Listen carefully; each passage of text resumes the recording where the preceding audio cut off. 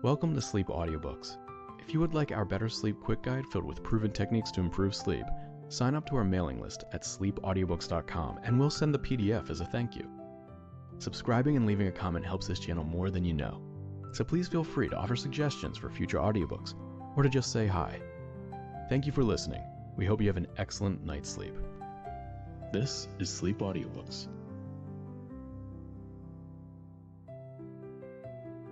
A Christmas Honeymoon by Frances Aymar Mathews. Recording by Jenn Broda. Chapter 1. What Betty Revere wrote to Ani de Peyster. Christmas Eve in the morning at Willard's Hotel, Washington, D.C. My dearest girl, I am sitting up with 10 pillows at my back. It is only 6 o'clock a.m., but I can't sleep another wink. Not that I have slept, for I haven't, not a moment, since I lay down at 2 a.m. 4 hours ago, back from the crush at the White House. Before I go another line, Merry Christmas, dear, 1,000 of them.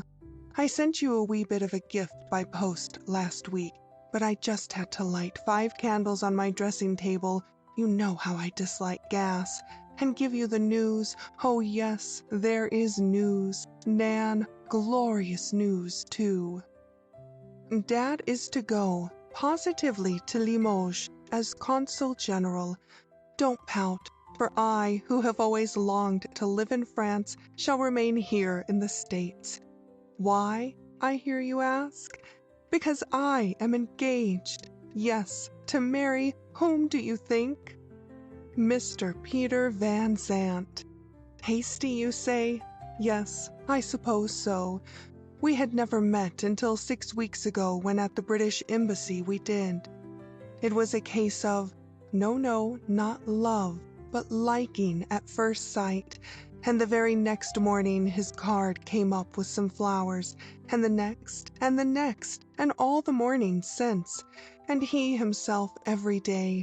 He is stopping at this hotel, too, and last night at the White House, in a certain corner of the conservatory, Betty Revere capitulated, and I am happier than I quite understand.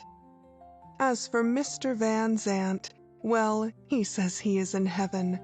It's to be a late autumn wedding, Peter says so, and maybe it'll have to be in France, I don't know yet, but what do you think? You remember the big brick double house on the corner of the square, the house with 2 front doors, one on Washington Park, the other around the corner? The house we used to pass on our way to school at number 1 with the silver plate on the door on the square and Dr. Van Zandt on it? Well, that is to be my home. Peter is that Dr. Van Zandt's son, and that queer old delicious double house was built that double way so that the doctor's patients should not disturb the doctor's family. They tell me it is exactly 2 separate establishments, except for a single wide folding door on each floor. So I am not to live abroad, and we shall not be separated, and you will be my first bridesmaid, and I know Peter will like you, and you Peter, and I do wish his name wasn't Peter. I can never call him that. He's not like a Peter.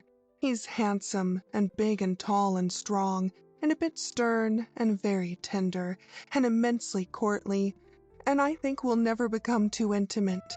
A too intimate man must be frightful to be married to. It's 7 o'clock now. My chocolate will be coming soon. I've been engaged. Let me see. 7 hours exactly, because I know it was just midnight when Peter, in a very masterful way, I must say, took possession and slipped his great big ring on my finger until he can fetch me a prettier one, he said. Oh, Nan, dear, I wish you could see the flowers Peter has just sent me. A great basket full, dripping over with little bridal roses and carnations.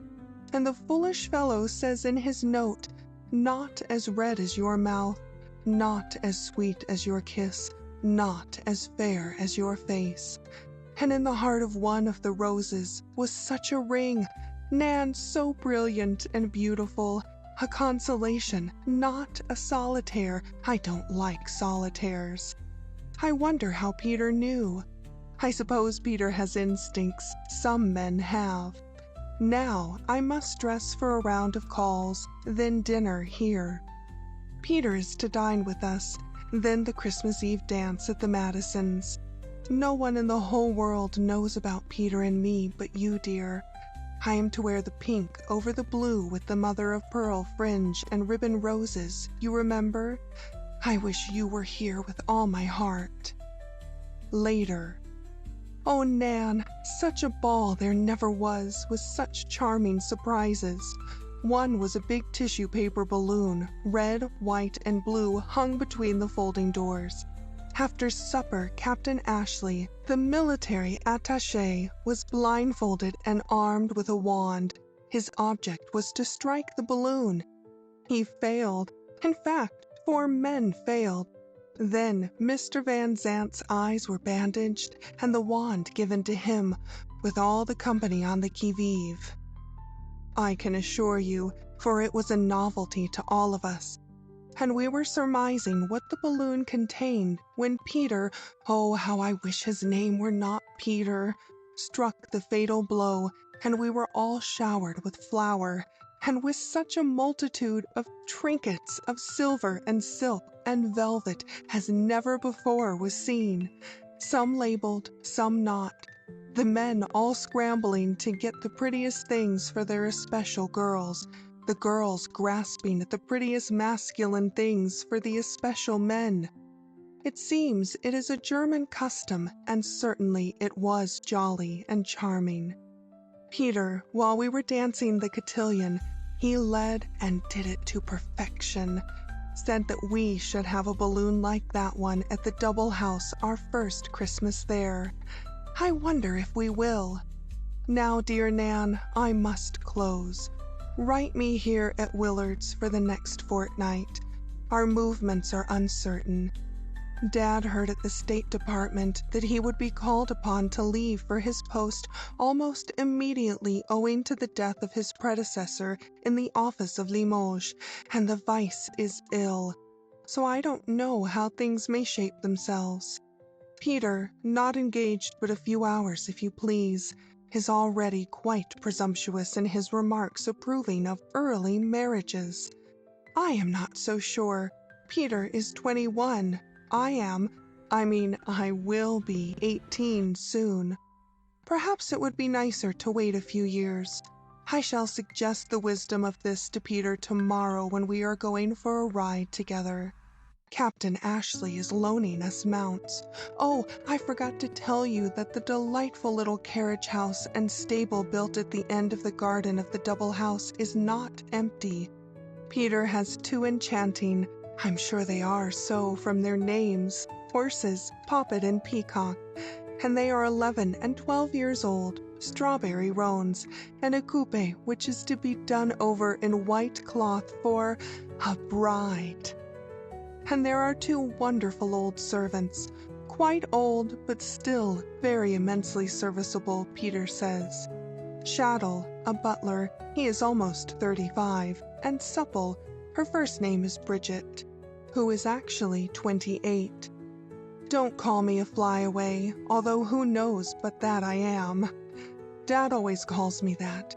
He told Peter. Now, Nan, what do you think Dad told Peter? In the first place, what do you think Peter told Dad? Nothing less than this. Colonel Revere, I'm going to marry your daughter if I can win her. That was said the first time Peter ever saw me. Dad only told me today. And Dad answered, Well, sir, your audacity is not displeasing. Take care, though. My daughter is like quicksilver, only she is gold, and I sometimes think no man will ever capture her if he gives her time enough to change her mind. Her mind is her own, sir, and she takes surprising liberties with it, I assure you. I wonder if I do. Well, dear, au revoir. Write me about Ned Davies. Are you still as cruel to him as ever? And believe me to be with sweetest thoughts of you at Bloomingdale. As ever, Betty. P.S. If my letter seems more fragmentary and disjointed than usual, put it down to the fact that some misguided being in a room near our suite has a violin and plays on it, or with it, in the most excruciatingly horrible way whenever I am in. You know how I loathe violins, save when played by competent artists, and this person is evidently amateur. Au bout des ongles, a man, of course. He draws a strong bow. I despise men who are musical. I mean men who play on violins and pianos and flutes. Betty. End of Chapter 1. Chapter 2. Her Woman's Will, His Man's Way. As Betty had written to her closest friend, Annie de Peyster, Mr. Peter Van Zandt was inclined to be masterful. At the same time, he was exceedingly young, a combination which is not rare, it is true, but which, leavened as it was in his case with a fund of patience and a sense of humor, rendered Van Zandt, even at the early age of 21, rather of a personage in his particular circle. He was, as Betty, beautiful, willful, perhaps spoilt, Betty had written, a handsome man, tremendously well set up, one of the men who was always well-groomed, well-dressed, unobtrusive but distinctly there, an obvious, unmistakable factor in whatever position or environment he found himself. It is not too much to say that he had thought, reasoned, and reached about as many conclusions as 1 in 20 of the masculine gender can. He was something of a man already, just as Betty, laughing out her 17 years and the fraction, was a good deal of a woman. On the afternoon of the day Betty had written to Annie de Peyster, she went with Peter for the ride. Peter had, later, a stag dinner on at the club, some man who was going to be tied up the following week, but he managed to break away from this and got back to Willard's by 9:15. Word came down that Miss Revere was indisposed. Word went back, hastily scribbled, that he must see her, he couldn't get on at all unless he did, that it was 4 hours now since he had, etc., etc. Word came back by pencil that a headache was raging. Peter went to his room and scribbled again. "Let me come, I can cure it." He waited a considerable time for the answer. While he waited, he strove to melt time away by playing upon his violin. Certainly Peter Van Zandt was the man with the violin. Then, just as he was in the midst of a very especially fortissimo passage, Betty's reply reached. It ran this way: "I have gotten up and into a frock. My head is splitting. It is all the fault of some wretch who plays the violin in a room below us, or above, or nearby. At least he thinks he plays, but the noise is frightful. I wish I could murder him. You can come in 3 minutes. Daddy is writing letters in his room. I am in the parlor. Betty." When Peter had read the note, he smiled, laid the violin on the dressing table, and in less than 1 minute was in the parlor with Betty. "He has stopped!" she exclaimed with a delicious little pout as she contrived not to have Mr. Van Zandt kiss her. "Who has stopped, dear?" "The violin man. Did you didn't really stop him?" With very wide, almost frightened eyes. "Yes, I stopped him." "Oh! How did you do it? Was he angry? Is he young or old? What did he say?" "He wasn't angry. He is young. I didn't say anything." "Peter!" "I simply took the violin and laid it away from him." "But didn't he want to thrash you?" "No." "But it must have been an insult." "Not exactly." Peter laughed. "How's the headache, little sweetheart?" "It's better." Let me smooth it. There, so. Perhaps I inherit some of my father's curative power. Who is the violin man, Peter? Betty always pronounced the name with hesitation and reserves of disappointing taste. Oh, he's not a bad chap. A friend of yours. Not an enemy, I trust. You must know him quite well to have ventured to go into his room and take his violin from him. Miss Betty's tone was indicative of a lively interest and an uncurbed curiosity. Pretty well. Tell me his name, please. Oh, dear girl, how can I? Why should I? This man has incurred your displeasure, caused you pain, distress. His warm lips were on her forehead. Why should I give up his identity to you? Why not? The eternal feminine wished to know at any hazard, and to her there seemed none at all. Because, dear, you are likely to meet him some day, and won't it be agreeable not to know, until he himself wishes to tell you, whose violin it was that distressed you? Betty sighed with a contentment born of a line of reasoning that was not without its seductions and its implications of her own supremacy. I suppose so. Will I like him? She asked, wide-eyed, and after a pause. I hope so. You will not be jealous of him, then? With no attempt to conceal the suspicious note. No, I think not. Don't you know? Not exactly. I might be jealous of even him. Betty breathed more freely. Do you like the violin yourself, Peter? Rather a favorite instrument of mine. Yes, to be sure, when well played. Yes, Betty, darling. Well, can't you let go the violin, dear, and just think of me? No, Peter, I can't. And I hate to have your name Peter. I do indeed. It doesn't match with you. What would match with me? He looked deeply, indulgently, fondly into the lovely face. Then Betty laughed and hid her eyes and murmured, "Just I." And there was the laughter of love between them. "And now you'll forget the violin man, won't you, sweetheart?" he asked. She shook her head doubtfully. "I'm not so sure. You see, you say I'm likely to meet him, being such a friend of yours. And then, will he want to fetch his violin to our house?" finished her lover. "Eh, is that what you want to know, dear?" Betty nodded, looking at him squarely with her wonderfully blue eyes. "Yes," Peter Van Zandt answered.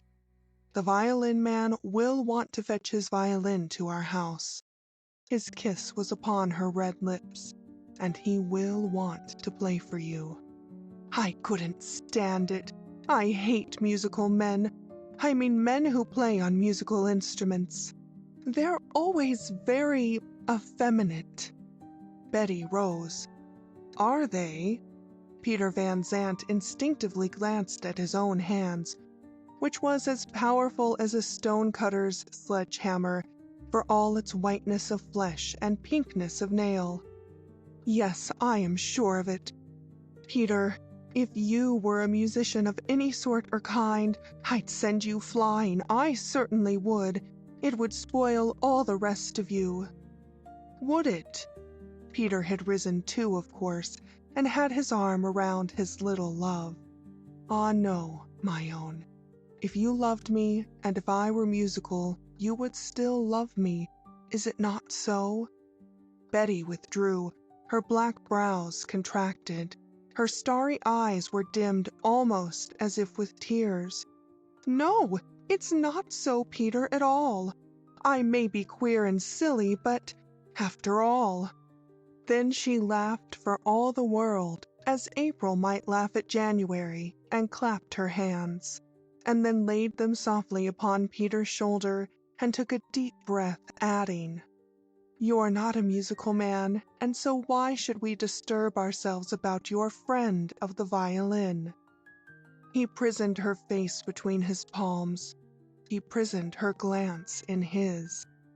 And would you really cast me off, well, say, if I were the violin man? Betty, with bewitching smiles and gay little curves and flutes of mirth, nodded her imprisoned head and said, "Yes, I would." Again he kissed her, halted, made to speak out, held his peace, and laughed with those reservations of prophecy which even very young men allow themselves in connection with the girl they love. End of Chapter 2. Chapter 3. When the Bride Came Home. Betty Revere and Peter Van Zandt were married at Grace Church. It was admitted to have been the most beautiful wedding New York then had ever seen, with the most beautiful bride and the most gallant and proud bridegroom. Annie DePaster was maid of honor. There were 11 bridesmaids and 22 ushers. The company overflowed to the sidewalk, and the music was from the organ and an orchestra. And such music! No wedding marches, no voices breathing over Eden.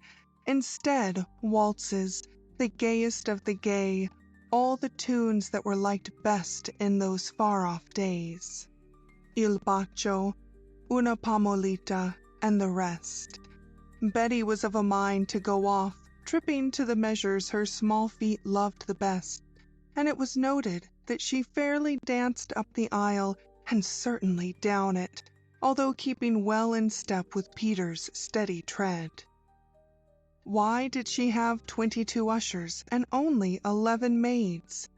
Because, laughed the bride, every girl should have 2 cavaliers so that not either one of them might be too happy, and so that she might choose and not be forced into boredom. Colonel Revere gave his daughter in marriage, sailing the next day for his post in France.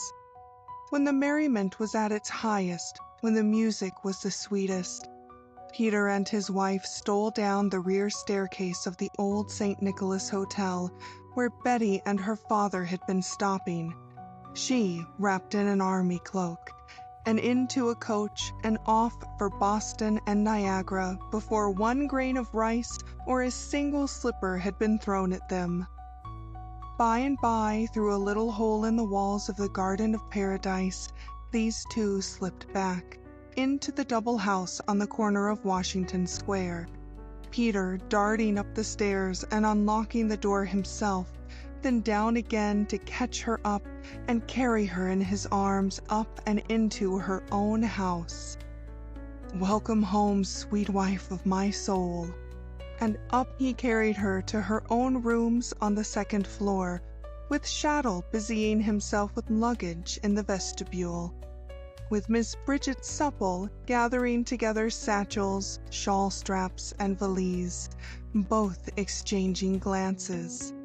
Shaddle's somewhat sheepish and suggestive, Miss Supple's arch yet forbidding, as indeed had been the case between the two for lo these past many years.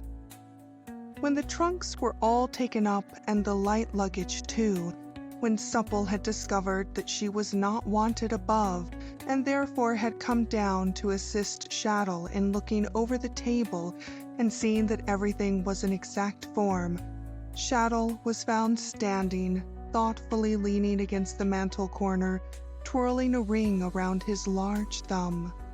Miss Bridget Supple had seen that ring before, several times. She came into the dining room, drew the folding doors closer between the drawing room, drew the folding chairs, arranged the curtains, even advanced to the hearth and poked the logs a little, lifted the bellows and began to puff them. "Bridget!" exclaimed Shaddle. No attention was paid. Miss Supple continued to ply her bellows. "Biddy." Miss Supple vouchsafed a glance. "Ah, Biddy, darlin', what's the use of waitin' any longer? Won't you make it Christmas Eve?" Miss Supple, from sheer force of long habit, maybe, shook her head. "Yes, you will," Shadow persisted. "Isn't the youngster's master example a good one? And if we keep on like this, we'll soon be too old for it altogether." "Never too old," exclaimed Miss Supple. "Maybe not," with a doubtful emphasis. "But make it Christmas Eve at St. Joseph's, won't you?" Miss Supple had parried these suggestions for many revolving years. Rising from the hearth, she replied, "Let's wait a bit, Shad." "Wait a bit," retorted the butler. "I've waited and waited and waited. Biddy, what are we waiting for now?" "To see how this," the serving woman lifted her eyes to the room overhead, "turns out." "Are you crazy? Turns out. With the two of them clean wild for one another, how could it turn out? And even if it didn't, what reason is that for you and me to be keeping from having our banns read?" Shadow rearranged his forks with an undue clatter. "Wait a bit," reiterated Miss Supple, adjusting her cap in the mirror in the pier. "It's not us that should be after leaving them two young things to themselves just at the start." "Isn't it?" cried Shadow irately. "Of course we wouldn't be leaving for good and all, but only for a fortnight's vacation like. It wouldn't be right, though. Mrs. Van Zant'll be needin' me, Shad, and the young master can't get on without you." "Can't he? But I'm to get on without you, Biddy." "Wisht, ain't I here in the same house with you?" Mr. Shadow seemed to find assuagement in the eyes of Miss Supple, who, however, promptly eliminated personal sentiment by asking, "How do you like the new mistress?" "She's as fine as silk, Biddy." "That she is, with eyes in her head like diamonds." "He worships her." "That he does. And now go on, Shad, them napkins is tumbling over, and the Similax wreaths are falling from the chandelier." Shadow, dissuaded thus from mere romance, replaced the Similax, stood the plate warmer in front of the glowing fire, and then vanished into his pantry.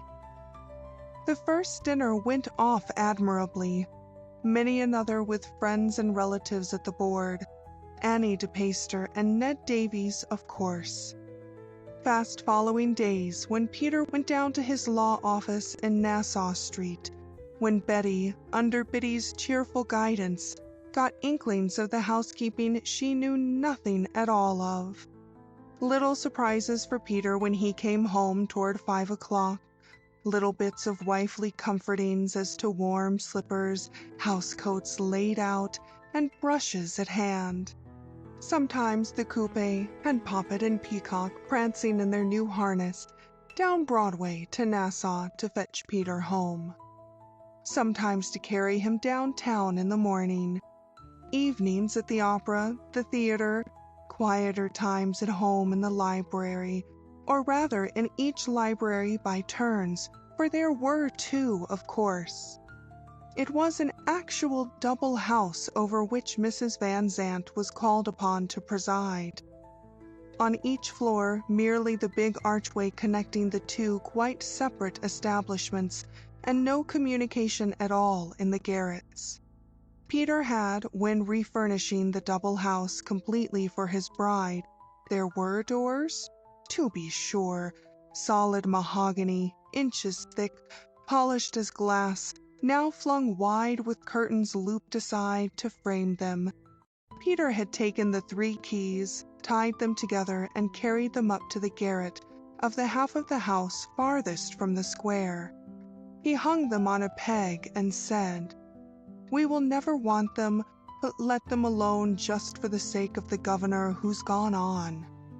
So it was. After all the old physician's painstaking years of sequestration of his profession from his family, now one big single house roamed over by the restless feet of Betty Van Zandt.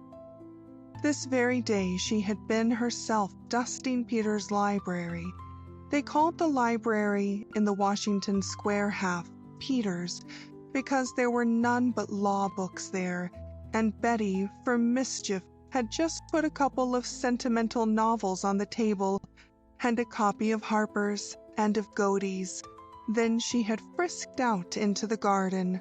Such a delicious garden as it was, with the high-spiked iron fence, matted with arbor vitae all the year round, with box-bordered paths all gravely beneath her slippered feet, with a little fountain and deep shade of horse chestnut and fruit trees, an arbor thatched with grapevines, seats here and there, and flowers, all the sweet old-fashioned kinds in their seasons, pansies and sweet Alice, lady slippers, hollyhocks, lilies of the valley, marigolds, dahlias, bleeding hearts, larkspur, bluebells, foxgloves, fuchsias, Mexican sage, snowballs, lilacs, in small formal beds marked out by box way up to the stable and carriage house.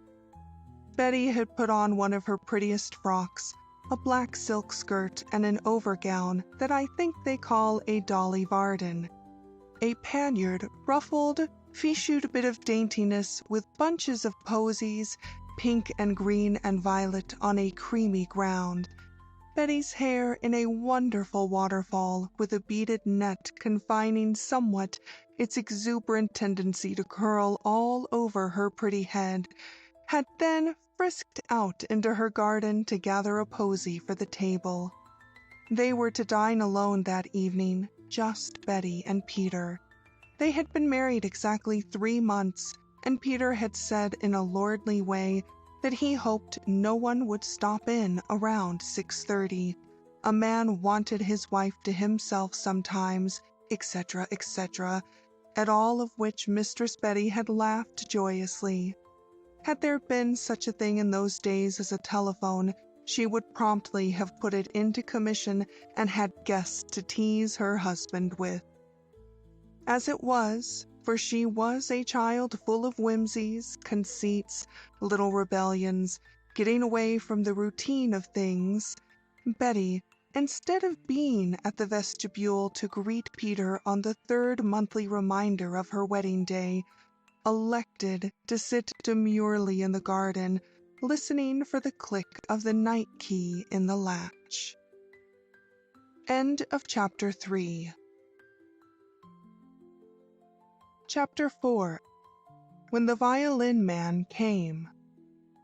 She heard it, also heard inquiring tones and Shaddle's subdued replies, quick plunging footsteps up the stairs, down again, out the back door, into the garden, up the broad central path. Betty fled from her seat in the arbor and darted back into the house, ran up the stairs, and stood, dimpling, mirthful on the landing while Peter searched. "Sure," observed Miss Supple to her inamorado, "they're like 2 childer." "Ah, yes, but they're grown up for all that," was the butler's sage rejoinder. Betty stood there full 5 minutes. She was sure she had heard Peter come into the house, sure she had heard his voice and Shaddle's. To be sure, she had, but not to discern the words. Mr. Van Zandt had asked Saddle where a certain thing was, a thing the serving man had noted that his master had not touched in months now. He had it fetched, Peter had taken it. Biddy had seen her young master unfastening the case, drawing forth the contents. Then she had beckoned the butler away to his pantry, and there the 2 faithful souls stood together while breathless and poignant, watching, waiting, for they didn't precisely know what. Their mistress, too, stood, now on the threshold of her own room, the door ajar, her lips parted, her ear bent. Where, then, was Peter? If he could tarry, she was assuredly in no haste. She withdrew, pushed the door closer, flung herself into a chair, dallied with a powder puff, a hand glass laughing at her own most radiant face. as she laughed in sheer joy over the beauty of herself and of Peter's possession of that beauty, and over the lessons she would teach Peter as to his patience, all to end in his kisses on her mouth. Betty heard a sound, a wail, a mellowed but piercing scrape. She put her hands up to her ears, then took them down. It was a violin played by an unadept hand.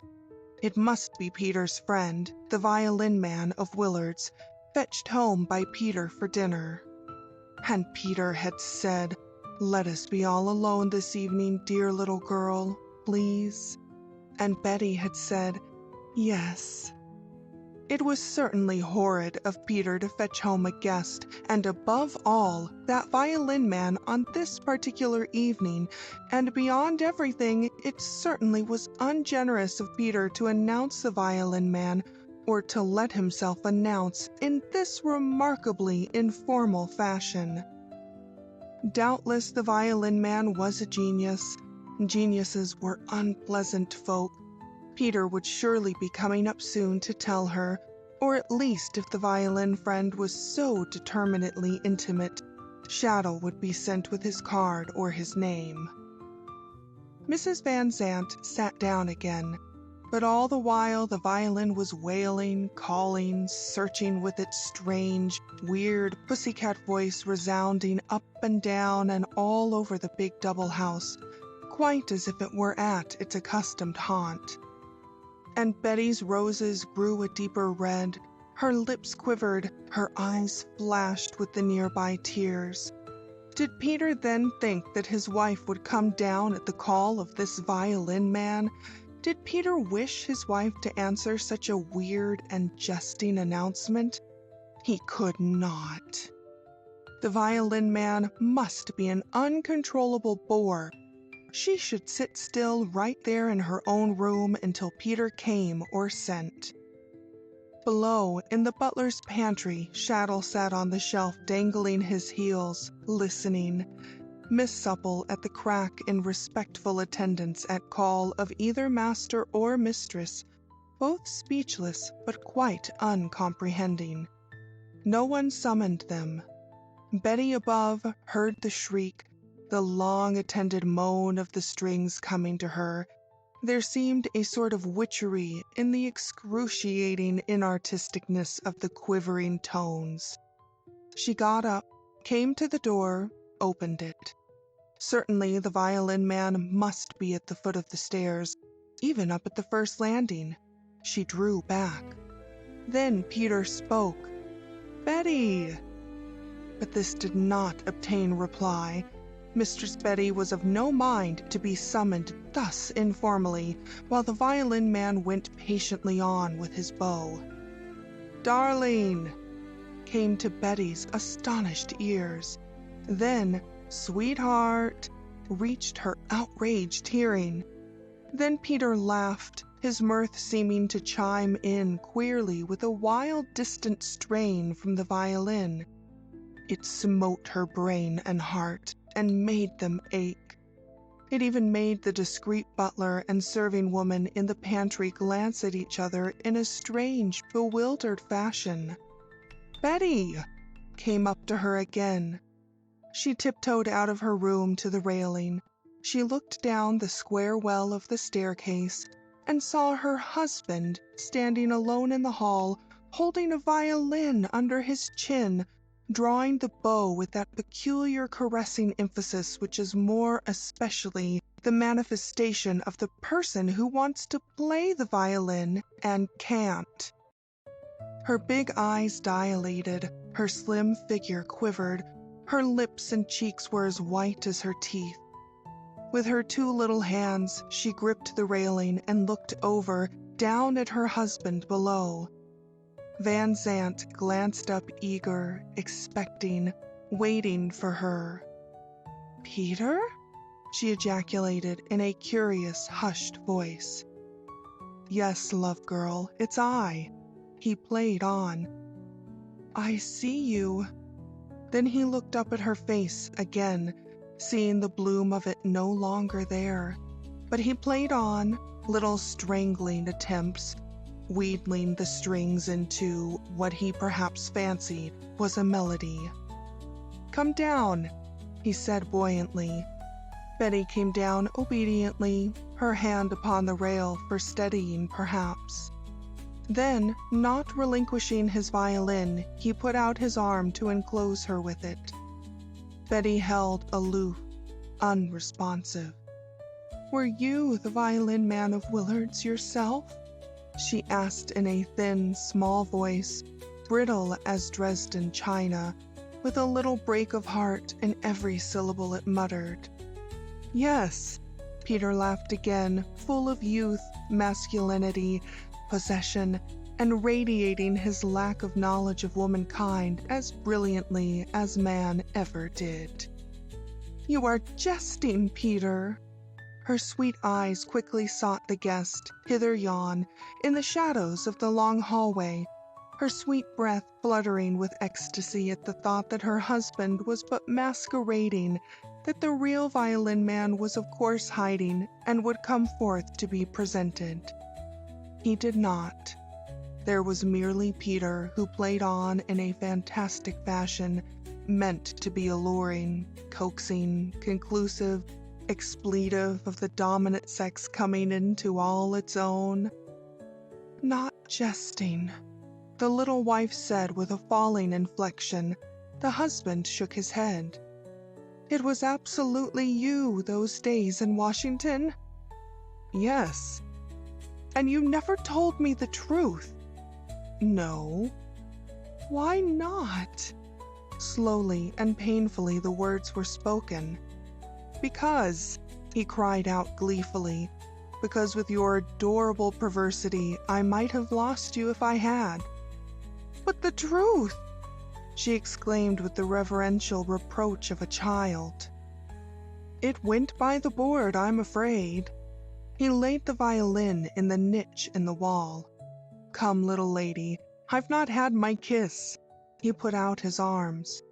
Betty hung back. "Don't you remember I said I'd have to send you flying if you'd been a musical man?" "Yes, of course I do, and for that reason I never touched my violin from that hour to this. You are safely mine now, dear, and you won't be so foolish as not to want me to amuse myself with my bow a while every day?" Mrs. Van Zandt did not answer. Shaddle coughed discreetly just then as he emerged from the dining room to announce that dinner was served. It was a curious meal. The mistress polite, even amiable, with a sad submission in her speech and manner. The young husband over-gay, yet triumphant. He had ideas of being lord and master in his own house, his own pursuits, his own ways. Adoring her nonetheless, but filled with the pious and perfect theory of a man's superior wisdom and the duty of husbands to see that they were not too easy in even the sweetest of traces. And Betty? It all looked like a wreck to her. The silver, the crystal, the tall old brass candlesticks, the big logs on the hearth, the family portraits, the brilliant posy of a centerpiece, her own furbelows, the clink of the wine glasses, the soft tread of Shaddle and Supple. To her all these were nothing else than a devastation, but the wreck of wrecks was the overthrow of her own supremacy, that in which he had most minutely taught her to implicitly believe, swept to bits by this violin. So it is. First we play at love, then a little later, maybe, we learn to play with love. Later on, perhaps, love plays with us. And by, if we are not too spent when the most beautiful thing in the world comes our way, that second glorious, conscious conquering youth of power, we become one with love, and it is very well with us. What does this masculine 21 know of the magnificent pulsations of twice his years? What does fair feminine 17 know of the later harvest of splendid fruition that comes to the woman 17 more years her senior? Little indeed. So quite seemingly submissive, full of daintiness and courtesy on the wife's part, quite charming, gentle, a bit nettled, but self-satisfied in his position, and glad all was over with and discovered on the husband's. The dinner was eaten. Shaddle, in the recesses of his pantry, tapped Miss Supple on the shoulder, jerked his thumb toward the dining room, his usually immovable countenance all an interrogation point. Bridget Supple, nodding sagely, said in her emphasis a note of wholesome warning, "That's married life, Mr. Shaddle." End of Chapter 4. Chapter 5. Where Betty Went. Betty Van Zandt. Betty Van Zandt. Over and over again, the girl who had only been Betty Van Zandt a little more than 3 months kept repeating her name to herself the night through.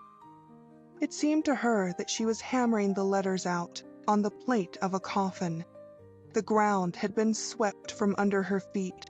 The whole structure of her wooing, wedding, and short married life tumbled to pieces as she saw it passing in review before her. She was not distracted or hysterical or swooning. Betty was not of that caliber. She looked it all in the face, in the eyes, and made her determinations, or possibly her determinations made her. She argued and pleaded for him, but it was of no avail. The naked truth remained that he had deceived her. But the violin! Could one be so stupid as to resent so little a thing? But it was the very littleness of it that stung, and to her, with her curiosity, acutely sensitized mentality and fiber, that violin was no little thing after all.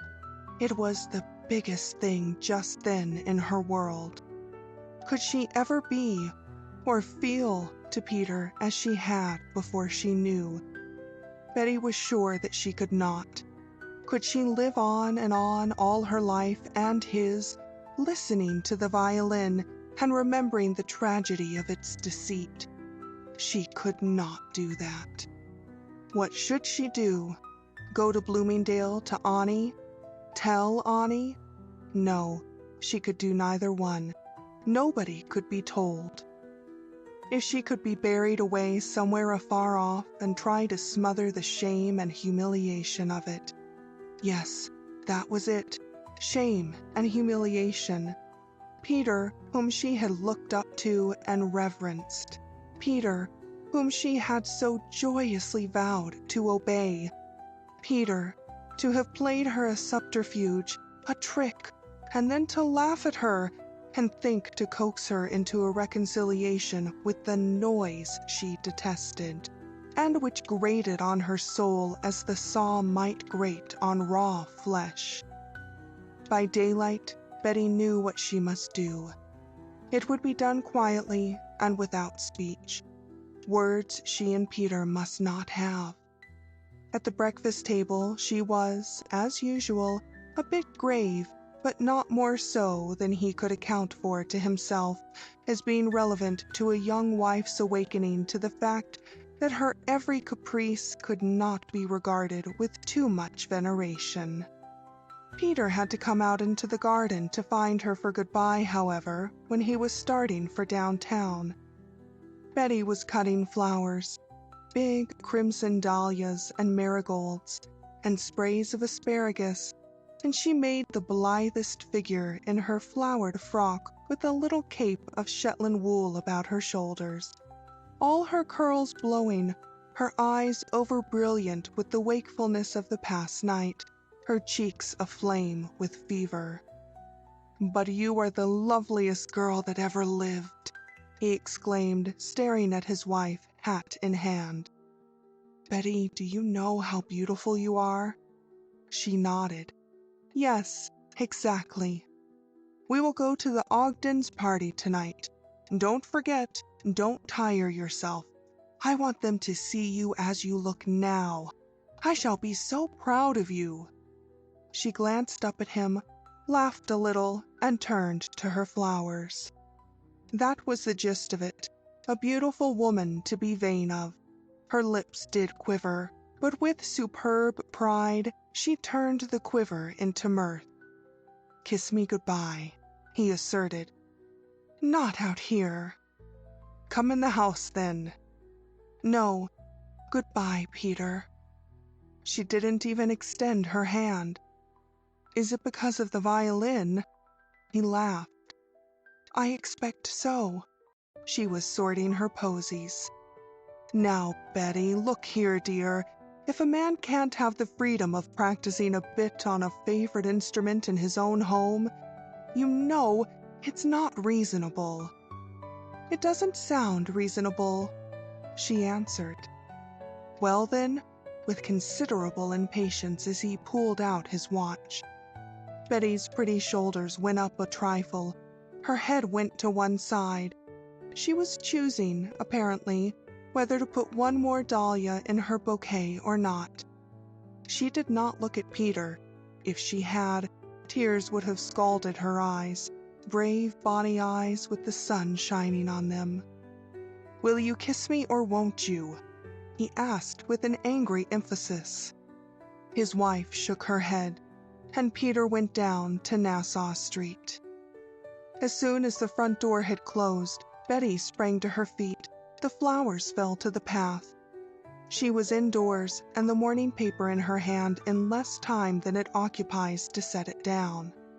The shipping list was scanned. The Spain sailed the following day at 6 a.m. for Havre. Passengers must be aboard the night before. Mrs. Van Zandt went upstairs. Two of her trunks, the paradise trunks Peter had called them, still stood in her little dressing room, a few trifles still remaining there to be taken out.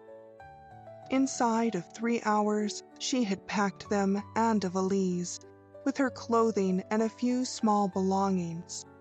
She had ordered the coupe, dressed, driven to the steamship office, engaged passage and stateroom under her maiden name, driven back to the double house, ordered dinner, and gone out again, this time on foot, into East 10th Street to order a coach from the livery stable she knew was there. This done, Mrs. Van Zandt, having to pass Grace Church on her way, halted at the gate, faltered a little, then went to the pew Peter owned where she and Peter had sat Sundays since their return, and knelt down. Betty couldn't pray, as prayers are made in fitting words and phrases. Hers was a torn and wrenched heart desiring to spend itself in just one outward throb that might reach to the divine ear and not to any human one. Was she doing wrong? This did not occur to her. She was Betty, and Betty could not go on living any sort of lie life with the man who had gotten her by fraud. Because, you see, so intricate and strange are the complexities of some natures, Betty would not have married Peter Van Zandt if she had known about his violin, which may reveal the fact that Betty was incapable of love, or then again it may prove the proposition that 17 is never capable of that emotion in its supreme entirety. Her sobs came fast, her hands were clenched together in bitterness and loneliness, her eyes, behind her Mechlin veil, were large with tears. Then she heard someone speaking near her, hushed women's voices, two of them as they were busy with the altar cloths and flower vases, it being Friday. One said, "I thought they were to be married at Thanksgiving." "No, not until Christmas. Christmas is such a perfect time in itself. I think the wedding should be either before or after." "Yes, so do I. Christmas should not be paired with anything. Wasn't the Van Zandt Revere wedding lovely? Exquisite. I never saw such a perfect bride and bridegroom. Yes, theirs is a real happiness. Betty's lip curled. Then the sobs came shaking her to her soul. Then she rose from her knees and went home. She wrote a line only to her husband and left it in his library, on top of the Godey's Lady's Book, quite near the violin case. It ran this way: I am going to father, Betty. Then presently the coach came, and the astounded Shaddle beheld the driver fetch down the 2 trunks and the valise and put them on, beheld his young mistress coming down the stairs with her reticule and long shawl on her arm, just as when she had arrived from her wedding tour. Betty said, Shaddle, I'm going on a journey, very suddenly necessary. This is for you and Supple. Supple is out, I know.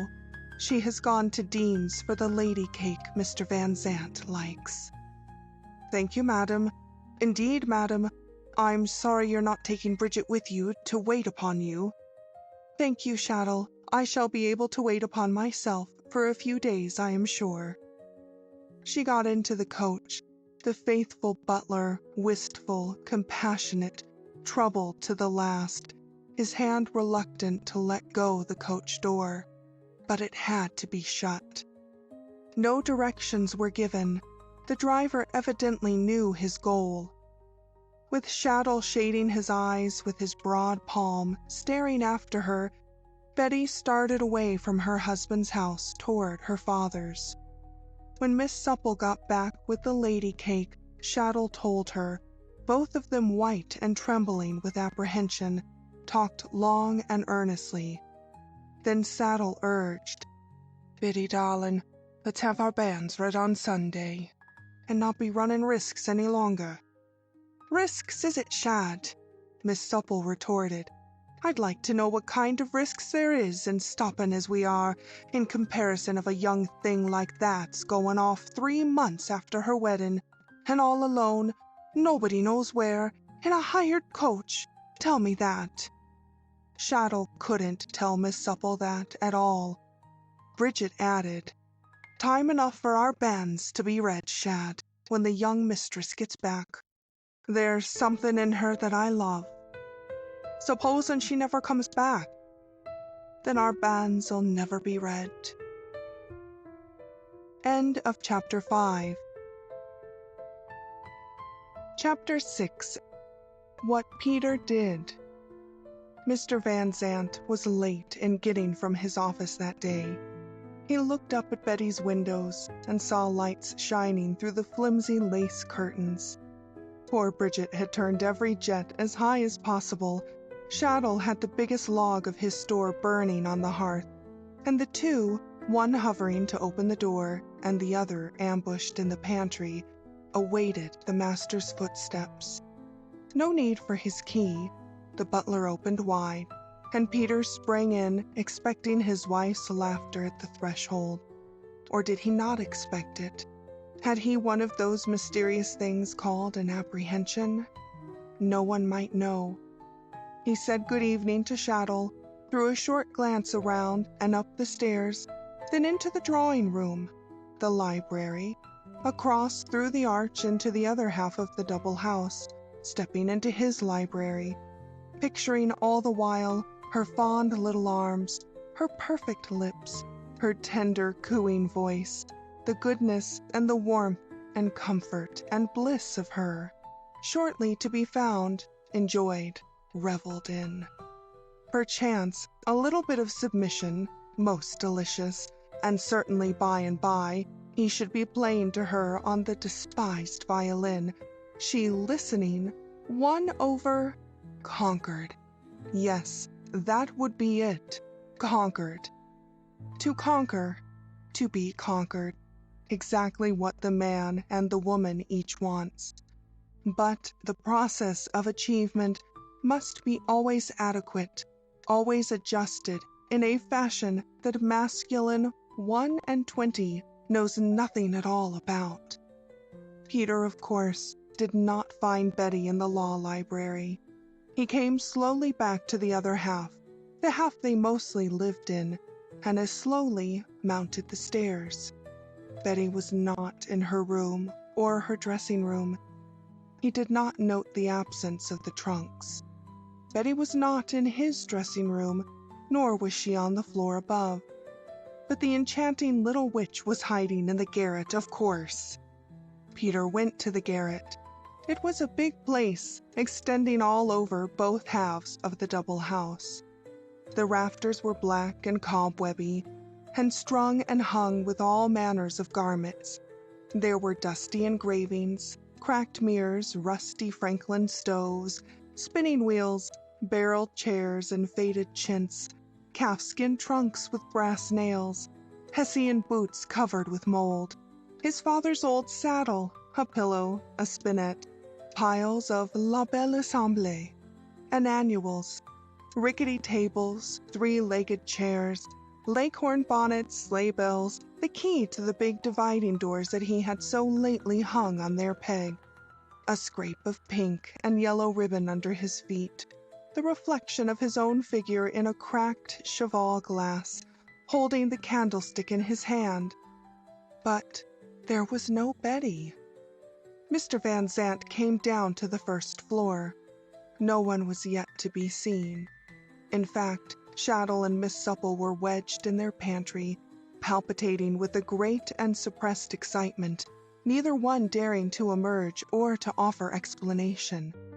Mr. Van Zandt thought, "She has gone out, up to Bloomingdale, to see the DePasters, to give me a little fright, but I will not follow her, no, a man must not give in too far. She will come home by 10. He dressed for dinner, sat down and ate. He smoked a cigar or two, pacing the front hall after the servants had gone below. He watched the tall old clock in its niche between the drawing room and library doors until the hands pointed to 10. Then he crossed again into the other half of his house, into the law library, and scanning the table, he at last saw Betty's envelope. He opened and read. He stood still, the frail, bitter little paper weapon grasped in his sledgehammer hand. That was it. The giant, the man, powerless in the flutter of the butterfly's wings, blinded by the little thing, a littler thing even than the violin that had wrecked his wife's young life. He sat down, still holding the tiny sheet, and he sat there nearly motionless until morning. Shaddle and Supple sat up all night too, waiting for a possible summons, watching for, they could not even surmise what. The chilly, pallid sun of the Indian summer slanted in alike upon master and man and maid, but no word was spoken between them. Shaddle went up and laid out his master's fresh clothes, filled his tub, put the morning paper on the candle-stand beside his untouched bed, then slipped down again to the kitchen. The breakfast was announced, and although the master sat at meat, he ate not a morsel, and only drank half the cup of coffee that Supple in silence poured for him. Afterwards he went out, and he did not come back for 3 days. Shaddle and Bridget were frightened to death almost, visions of suicide, murder, and kindred horrors distorting all their waking and sleeping hours as well. By and by, Mr. Van Zandt did come home. No one knew until long years after where and how he had spent those 72 hours. When he returned, it was on foot, unshaven, unkempt, and haggard, aged by years, but with no syllable of either inquiry or explanation. He made his toilet, took some breakfast, and drove down to his office in the white satin-lined coupe he had made into so soft and bride-like a nest for Betty Revere. Once at the office he wrote, in a firm and rapid hand, to his father-in-law at Limoges, merely this: Colonel John Paul Revere, American Consul General, Limoges, France. My dear sir, you will do me the honor to receive each month for the future 1/2 of my inherited income, 1/2 of my income from whatever law practice I may have. It will reach you by check through Rothschild and Company, bankers of Paris, and I shall highly esteem the condescension of your conveying the same monthly to my wife, your daughter, Betty Revere Van Zandt. You will also, my dear sir, I am sure, do me the further favor of conveying the intelligence to Mrs. Van Zandt that the house on the square is to be immediately altered into 2 distinct dwellings. The masons and carpenters will be at work tomorrow. The half which Mrs. Van Zandt did me the honor of occupying will remain intact as she was pleased to leave it, always ready for her occupancy at any moment. The passageways will be walled up, the carriage house will be secluded from the square part of the establishment and be solely at Mrs. Van Zandt's service. The garden will be unequally divided by a high brick wall, leaving Mrs. Van Zandt in entire possession of the paths, flowers, graperies, etc., etc. Bridget Supple will live in Mrs. Van Zandt's half of the house, and will hold herself in complete readiness at all times to serve her mistress. I have the honor to be, my dear Colonel Revere, your obedient servant and son-in-law, Peter Van Zandt. New York, November 10th, 1800-something. This was mailed and went out by the ship sailing that very day for Havre.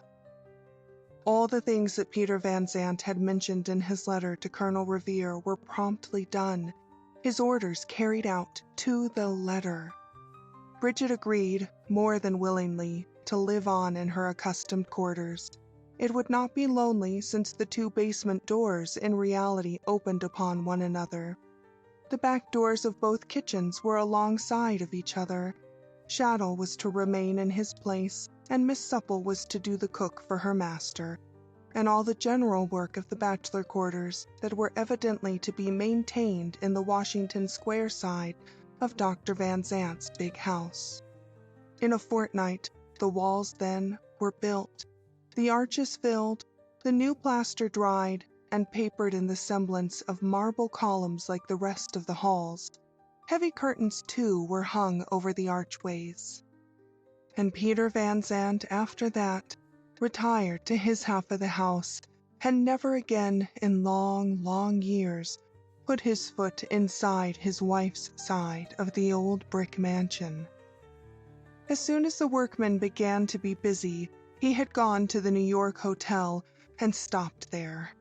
When the repairs were finished, it was his order that Shaddle should so report to him. Everything now being finished, Shaddle was polishing his boots in the garden outside of the kitchen window. Bridget was inside rolling out pastry. She opened her sash, for the kitchen was hot. "Shad?" "Yes, Biddy." "Do you think if the master finds it out, he'll be after killing us?" "Sure, don't be silly. What have we got to do with it?" "Oh, haven't we, though?" "We can't know if you don't tell him." "Then maybe he'd blame the boss builder and call him in and make him do it, and we'd get sent away for interfering." "No," Shaddle shook his head. "The young master'll never find it out. He'll never look behind them curtains, I know. It was bold of us anyhow. It was yourself, Biddy, with your big heart as thought of leaving the first-floor arch as it was. It was yourself that wheeled the boss builder. It was yourself that confessed it to Father O'Shaughnessy and got absolution for meddling with your superiors." "So it was."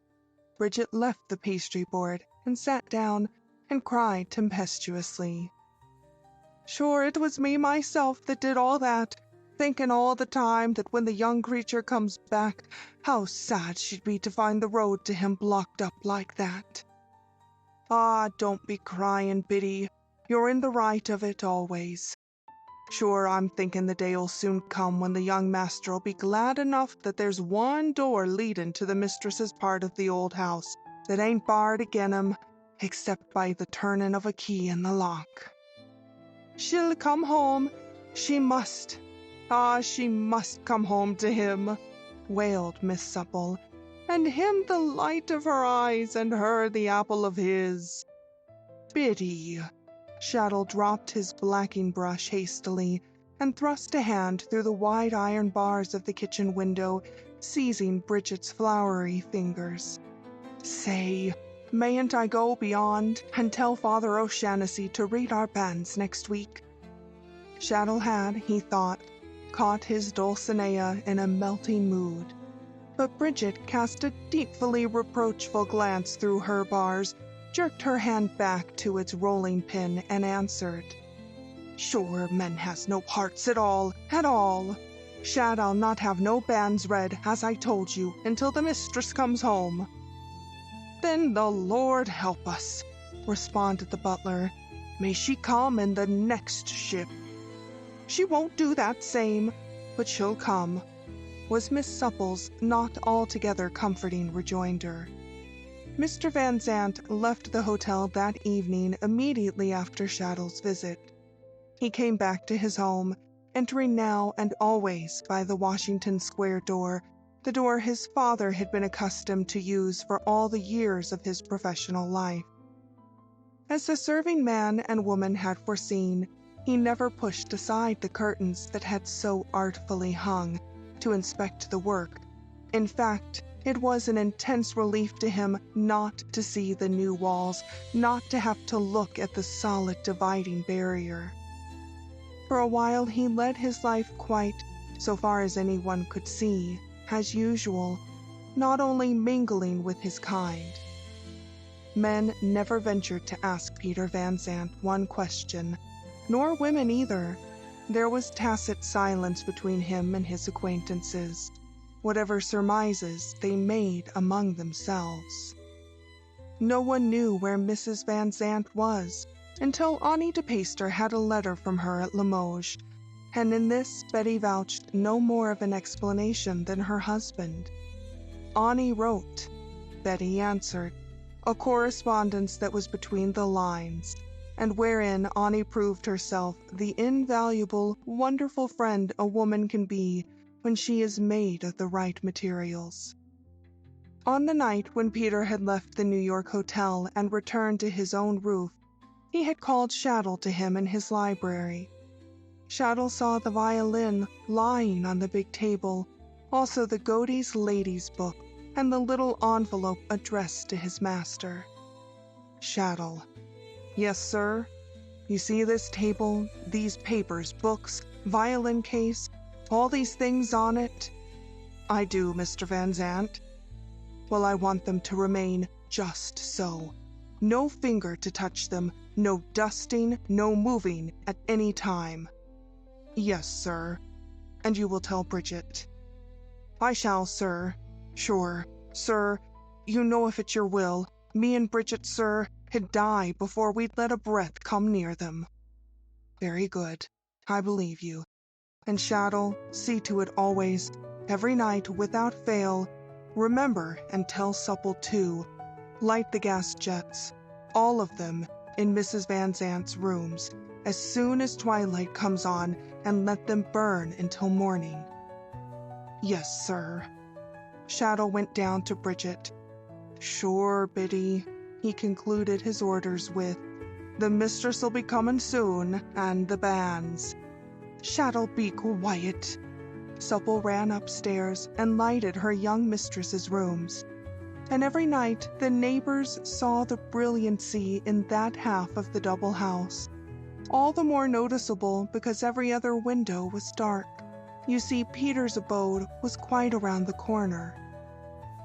A little later on, when Christmas was nigh, there arrived from the florists a load of evergreens and boxes of poinsettias and wreaths of holly and mistletoe tied with scarlet ribbons. And the young master said to the butler, Shaddle, I want you and Bridget to hang wreaths in the windows of Mrs. Van Zandt's rooms. and garlands around the chandeliers and pictures, and ropes of evergreen over the doorways, and on Christmas Eve, tomorrow night, light all the candles on the mantel, and on your mistress's dressing tables, and let them burn to the socket, and all the gas jets too. And here's for your Christmas and Bridget's." And all was done as he had directed. Betty's room wore a bower of fragrance, and over the picture of the Madonna and the little blessed child, Bridget made bold to hang a blessed medal fraught with prayers to all her favorite saints. But the master did not come home that night. End of Chapter 6. Chapter 7. When the West Called to the East. It was a quiet life that Betty led in Limoges, a holy, providential life with far-off echoes of Paris, and farther-off echoes still of all the rest of the world. There were quaint families living in the old town near the stone bridge, families who were royalists to the fingertips, to whom the Corsican and his whole brood were anathema, stately personages of noble blood and lineage, ladies with wonderful graces and compliments, gentlemen of an almost exaggerated courtesy. There were the people of the city, the traders and exporters, the enamel makers, heads of the great potteries, manufacturers, dealers and their wives and daughters and sons. There were the voyagers who came and went at the consulate, but these Betty eschewed. What the months and years did with her in their detail of rising and setting of suns and moons, New Year's, Christmases, and the like, it is not the provenance of this record to state. But even to Limoges there did come news one day of the great war that had broken out in the United States. Following fast on this, there arrived one of Annie de Peyster's letters, in which there was this paragraph: "Peter Van Zandt has volunteered for the army. His regiment has been ordered to the front." Mrs. Van Zandt, as she read this, was sitting in the garden of her father's chateau in the upper town. The high wall, covered with vines, was ample protection from the passer-by, and the tender shade of the poplars served to shield her from the sun. On a rustic table stood her breakfast tray, in equipage for two. Betty was not alone. One was there with her. As she sat with Annie's letter spread out before her, she heard the tinkle of the fountain on the terrace, the cawing of the rooks in their nest, the click of the sabots on the pavement of the court where the servants were at work, and likewise Betty heard the voice of her companion.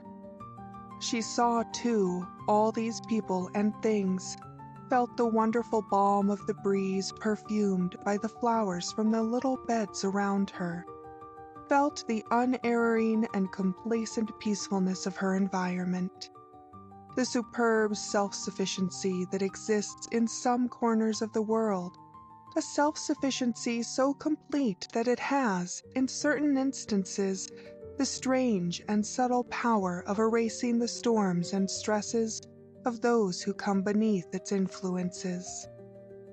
For 12 times 12 months, Betty, radiant, irresponsible, laughing, dancing, willful Betty had lived on at Limoges. As has been set down, it is no part of this simple narrative to tell what she went through during her sojourn in the France where she had once so longed to live. But the outward quiet had been hers. The dull and perhaps deadly average had seemed to set its seal upon Colonel Revere's daughter. Peter had never written. Peter's checks came every month and as regularly were filed away by his father-in-law, but never presented for payment, never once. That morning, the charm of the poplars, and the gardens, and the river below with its lazing craft, the faint azure of the sky, the drone of the windmill, the hum of the bees in the fields of violets on the other side of her terrace, the distant song of a shepherd on the hills with his flocks, even the voice of the one who was her companion, all suddenly were blurred, blotted out, stamped out of sound, vision, and even remembrance by the overpower of Annie's news. Peter Van Zandt has volunteered for the army. His regiment has been ordered to the front. She got up from her seat, threw her thimble, scissors, the garment she was making, to the table, walked to the little gate in the wall, opened it, and stepped forth to the road. Shading her eyes with her hand, she looked to the west. Yes, to the west where her husband was. Husband? Well, yes, certainly. And across from the west there seemed to Betty, out of the immeasurable blue, to stretch toward her soul a yearning cry. It was not a sob, not inarticulated coherence, a strange something that made to say, "Come," as nearly as she could define it herself. Then, as her arms, her soul, her mind answered this, the gate behind her was pushed open wider, and the one who was her companion came through, and with tender words lured Betty back into the safety of the gardens and into a semblance of the inertness of the days before Annie's letter had arrived, which lasted for a long, long time. It was near the close of the war in America when another of Annie's letters came. To be sure, there had been scores between them, but no mention of Peter Van Zandt in any one of these, until now Annie spoke. "Perhaps you will have seen by the papers, dear, if indeed they reach you, that Peter Van Zandt was taken prisoner by the rebels. He was in Libby for months, if not for a year, but has recently been exchanged, with health so impaired by the prison that a fever of some sort has set in, and he lies in Washington City now in a hospital. Whether in danger or not, I don't find out." It was winter when this letter of Annie's came. It was Christmas Eve, and the town was resounding with music and bells and jollity. Betty sat before the porcelain stove. The one who was with her sat very near on a velvet stool at her feet. Outside the chateau could be heard the Christmas hymns being sung in preparation by the serving people. It was intensely cold. The plains were covered with the exquisite tracery of the frost, even in the very teeth of the piled-up stoves at either end of the long saloon. But to Betty it was burning. Her veins seemed filled with fire. The languid December sun slanted in with its calm, yellow streaks on the polished floor. She threw down the embroidered band she was working on and walked to the window at the west. Ah, yes, the west. She opened the casements, both inner and outer, and the blast blew in, scattering her reels and skeins over the floor. To be sure, her companion picked them up. And again the west cried over to Betty's heart, and her heart answered, and nothing that the one could do or say could prevent her this time. On Christmas Day she left Limoges alone for Havre, for America, for New York. 12 days later she landed, and in an hour more she was at the front door on the street side of the old double house. It had been a day of snow, gray, dark, and melancholy. The street lamps were long since shining when Betty reached her home, and glancing up as she got out of the coach, she saw that every window of her old rooms was ablaze. Who was there? Had Peter been fetched home ill unto death? Or was he straight and well and able, and with his house full of guests for the holiday season? While she had these flashing thoughts, the coachman had rung the bell, and Shaddle had opened and beheld his mistress. Supple was behind her swain. Supple ran down the stoop and took Betty's reticule, the same trunks, one of them too was on the box, and Betty's long shawl, and gave her arm to her mistress, quite as if her absence had been merely a matter of a few days. "You see, madam, the master's orders were to keep your rooms always in readiness, and always lighted up every evening until morning. So all is quite as you would like, we hope." So said Bridget, while the butler stood tall and pompous, dealing with the cabman as to the trunk. When the coach had rolled away over the snow, Mrs. Van Zandt, who had paused in the hall, turned to Bridget and asked, "Is Mr. Van Zandt at home?" "No, madam. Mr. Van Zandt has never been in this side of the house since you were called away, and he hasn't been in the other side of the house for above 3 years now. Mr. Van Zandt is in hospital in the south somewheres. We don't know anything more than that." The tears were in Miss Supple's eyes. Betty inclined her head. Then she went up the stairs to her rooms. The Christmas greens were still fresh and pretty all about, for it had been Peter's order to dress her rooms with them every year, no matter where he might be, and this order the faithful pair had always carried out with reverent, wistful care. Bridget went down. Shaddle beckoned to her from his pantry. "Biddy," he said, noting the tear traces in her eyes, "the young mistress has come back, and now the banns—" "Shaddle!" Miss Supple's tone was that of one horror-struck by the other one's audacity, upon whom she placed an eye of fire. "The mistress is here, but where's our young master?"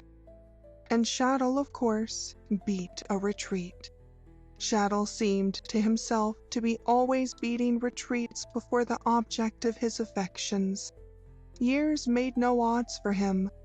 Bridget, obdurate as the unappeased gods, would listen to no nuptial overtures, and generally concluded these amatory colloquies by leaving the butler much of the opinion that he was an unnatural wretch to think of marrying under the conditions existing in his master's family.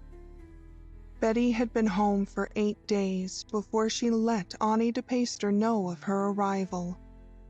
In those 8 days, there was no word gotten by her of Peter Van Zandt's well or ill fare. It was just to wait and wait. Would he come? Was he dying? Had he forgotten her? Was there some other, fairer, sweeter woman whom his heart now rested in? Why not? Then, when she sent Annie a note by Shaddle, Annie came at once. She had news of Peter. Of course Betty had it too. No. Well, Ned Davies had gotten back from Washington the night before. He had seen Peter, if you please, none the worse for his Libby imprisonment, none the worse of his fever and hospital, quite splendidly well and usual, stopping at Willard's and asking Ned how soon he and Annie were going to be tied up. Betty listened, said not a word, and turned the talk wholly towards the patience of Ned Davies and the charms of life in a quaint French town like Limoges. "And when do you go back, dear, or don't you go back at all?" Annie had asked gently of her friend. "On Saturday," Betty replied. "And when you and Ned are married, you must make the wedding journey over the sea to me, will you?" Annie promised quizzically. She had been putting off that wedding of hers so long that it looked to her now like an agreeable Inus Fatus, or a delightful jest, although to be sure Ned Davies had always to be counted with, and sometimes he did allow himself a restiveness incompatible with Annie's holding out many more years. So Mrs. Van Zandt sailed away again on the Saturday. She had left the house on the square for the ship at noon. The sailing was scheduled for 1 o'clock. At 9 that evening, Mr. Van Zandt arrived from Washington. Shaddle and Miss Supple had a conference in the kitchen, the result of which was that the butler, when he removed the dessert and set out the cheese and celery and refilled his master's glass, took covert occasion to slip beneath this last a scrap of paper, carefully contrived by his own and the dictating hand of Bridget. It ran this way: "Honored Sir and Master, we dutifully inform you that our mistress, Mrs. Van Zandt, returned home on the 6th of January, and sailed off this 15th day of the same month. Your respectful and obedient servants, Shaddle and Bridget." Shaddle did not remain in the dining room after he had placed the cheese, etc. He, in fact, got away to his pantry, down his little corkscrew back stairs, and into the kitchen as quickly as he could, where Bridget awaited him. He sat bravely in her rocking chair, a liberty he seldom allowed himself, and swayed back and forth. "What's the matter, Shad?" asked the serving woman. "The matter is," Shaddle spoke with an unwonted asperity, "that if the master could only have reached home before the mistress left the banns." "Shaddle, I'm surprised at you. Hush." Shaddle hushed. End of Chapter 7. Chapter 8. Betty's Carte de Visite.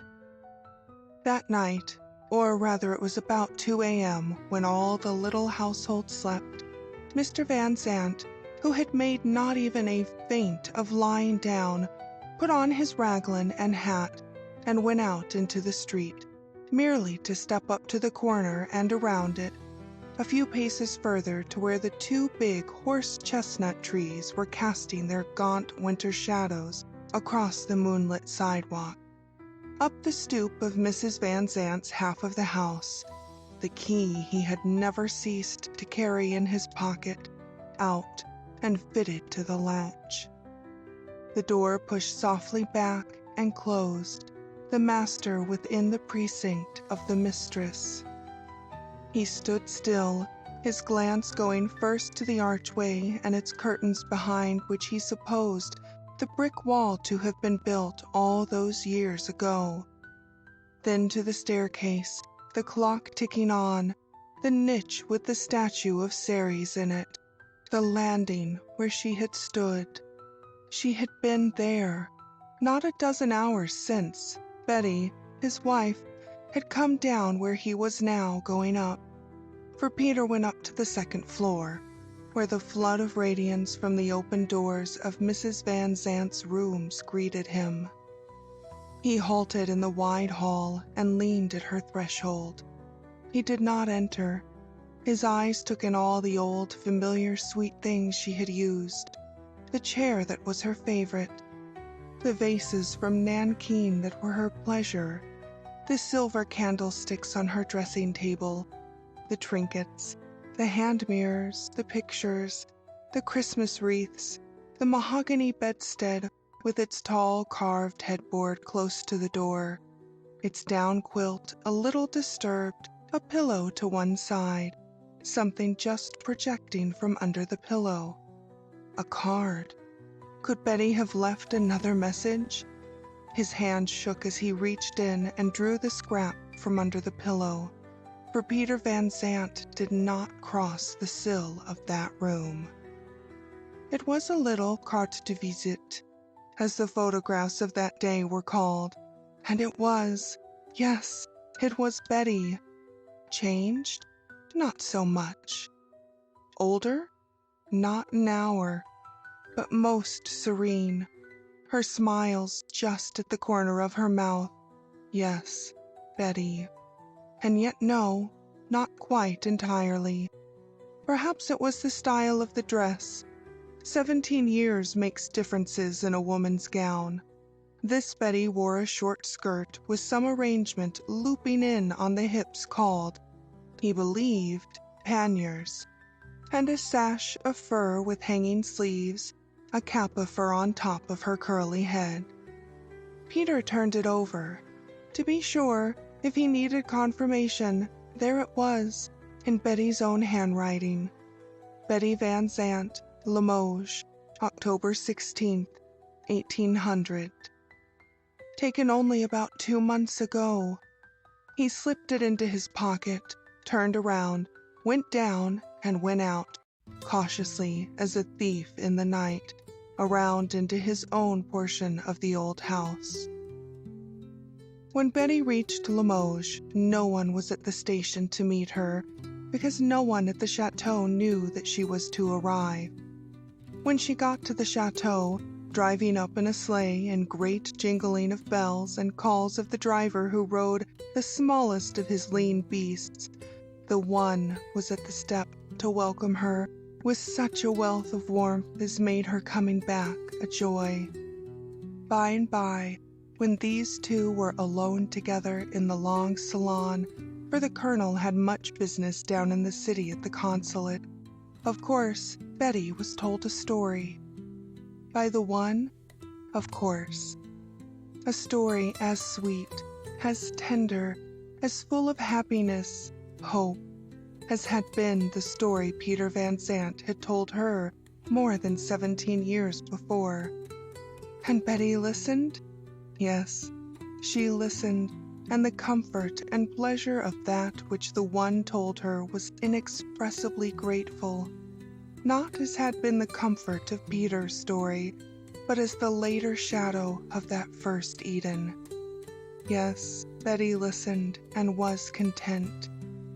While Betty, in Limoges, was listening to all the one had to tell her day in and day out, night in and night out, Peter Van Zandt was in India. 2 days only after his odd, stealthy visit to Mrs. Van Zandt's side of the double house, the master had left.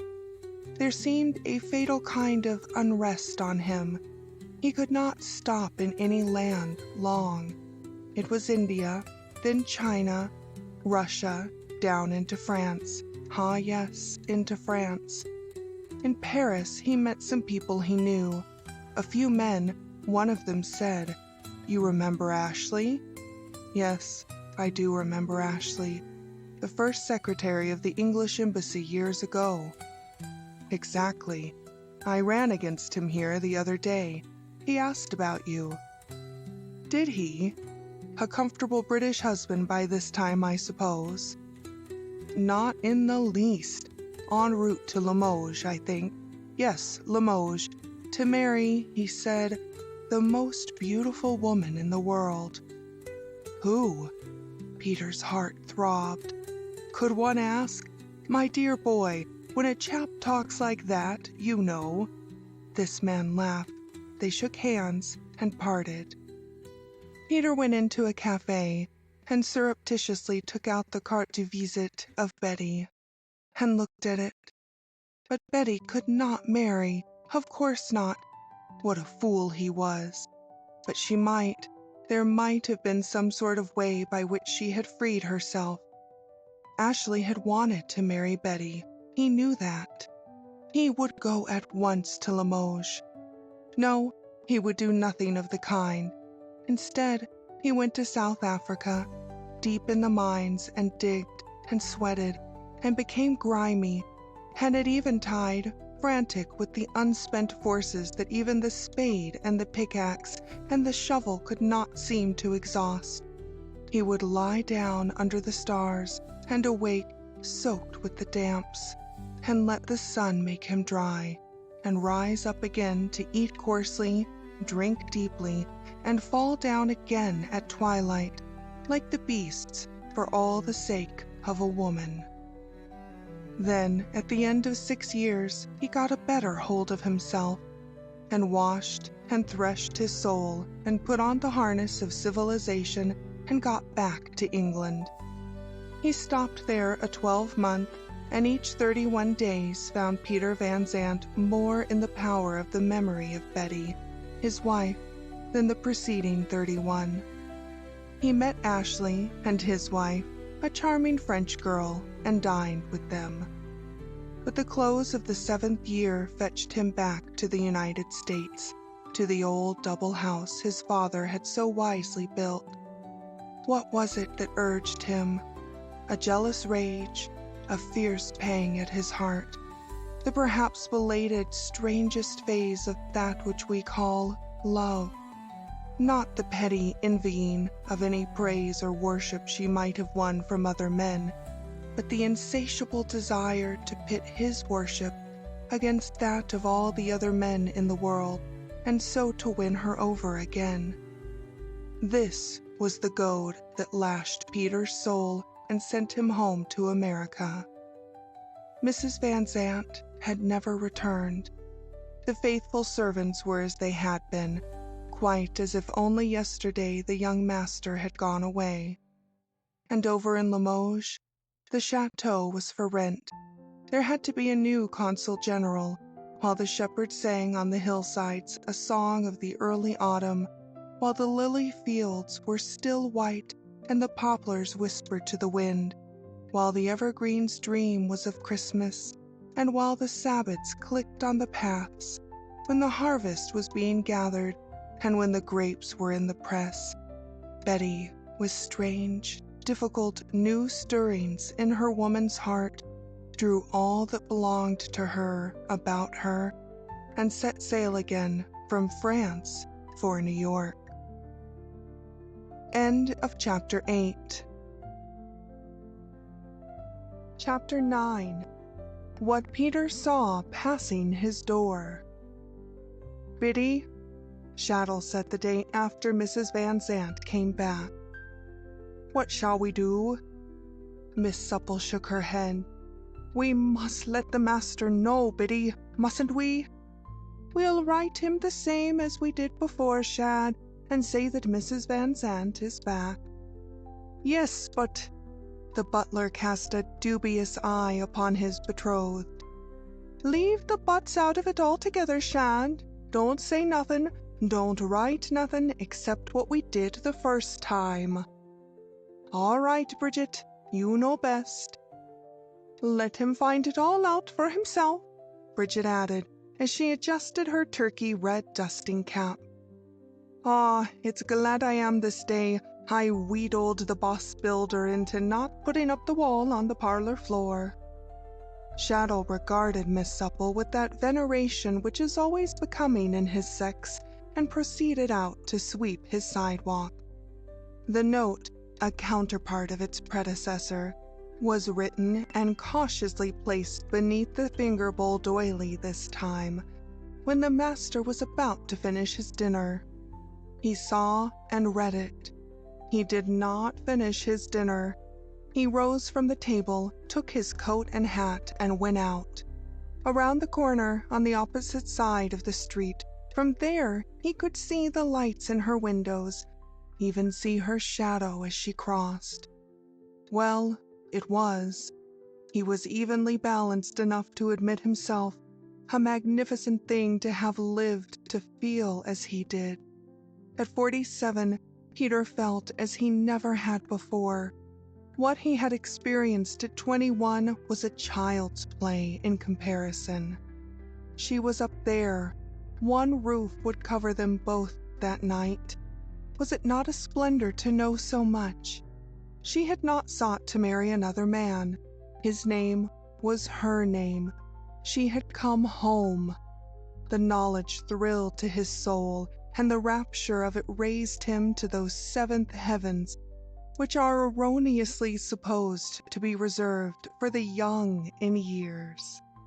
Which is quite an untruth, for they are untraveled roads to the young in years, and only he who has lived a while on has ever become at all intimate with the gardens of the gods through which these paths pass. By and by, Peter went over to the Union League Club. By and by again he came home, by way of her windows, assuredly. Days afterward, Mr. Van Zandt was standing on his stoop buttoning his gloves, about to go downtown, when he saw a little boy just passing his area gate, a little boy with the bluest eyes and the softest dark curls and the straightest little legs in velvet leggings. He carried a violin case, and very likely that, and a certain air of distinction and courage about the boy, caused Mr. Van Zandt to touch his hat and speak. "Good morning, little man." "Good morning, monsieur."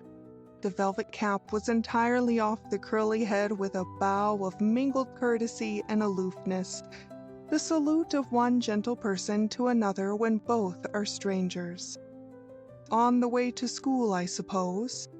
Mr. Van Zandt was by this, down the stoop and on the sidewalk. "No, monsieur, on the way to take my violin lesson." "Aha, I see. You don't go to school?" They were already taking steps together toward the parade ground. "No, monsieur. Grandmamma says I shall not go to school until another year." "You are a French boy, sir?" "Yes, monsieur," looking up with wide, inquisitive eyes. "But I am to be an American man." "Indeed? How is that?" "I will learn to be one here. Grandmamma says so." "I hope you may. Now, do you turn here?" "Yes, monsieur. I cross the park and go on to the cottage place number 12. Signor Prati lives there. He is the teacher of my violin." Peter lingered. Why, he did not know. The boy loitered. The reason for it he, of course, did not seek. Then Peter said, "Do you pass this way every day, sir?" "No, monsieur. All the every other day." "And you love the violin, of course?" The child's small shoulders raised themselves quite expressively. "It was with me, monsieur, the piano, but grandmamma," again the little shoulders went up, "would not have it so. It must for her be the violin, always the violin, so I study it carefully, but I do not like the noise sometimes." "But to please your grandmamma, eh?" Mr. Van Zandt was frankly interested now in this child. Children had not appealed to him. In fact, they had hardly been observed factors in the life he had so far led, and the fresh, naive expression of this one charmed and amused him, at any rate for the moment. "Ah, monsieur, yes, to please grandmamma, I would do whatever it was." He raised his cap and, glancing at the clock, hurried away.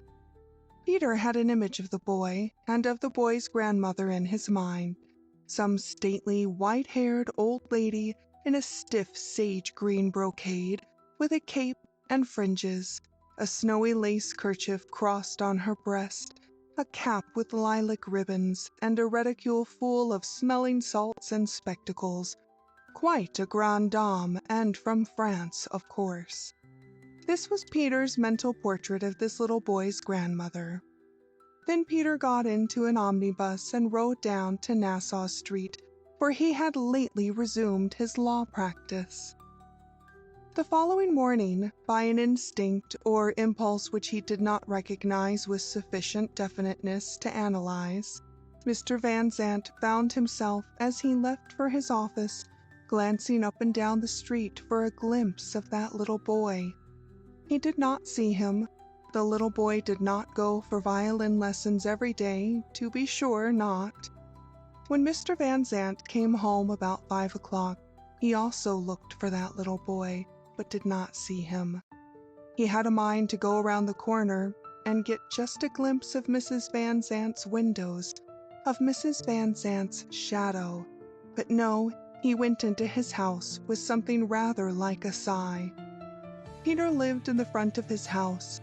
He had never in all these years gone to the rear where he might have looked out upon the garden.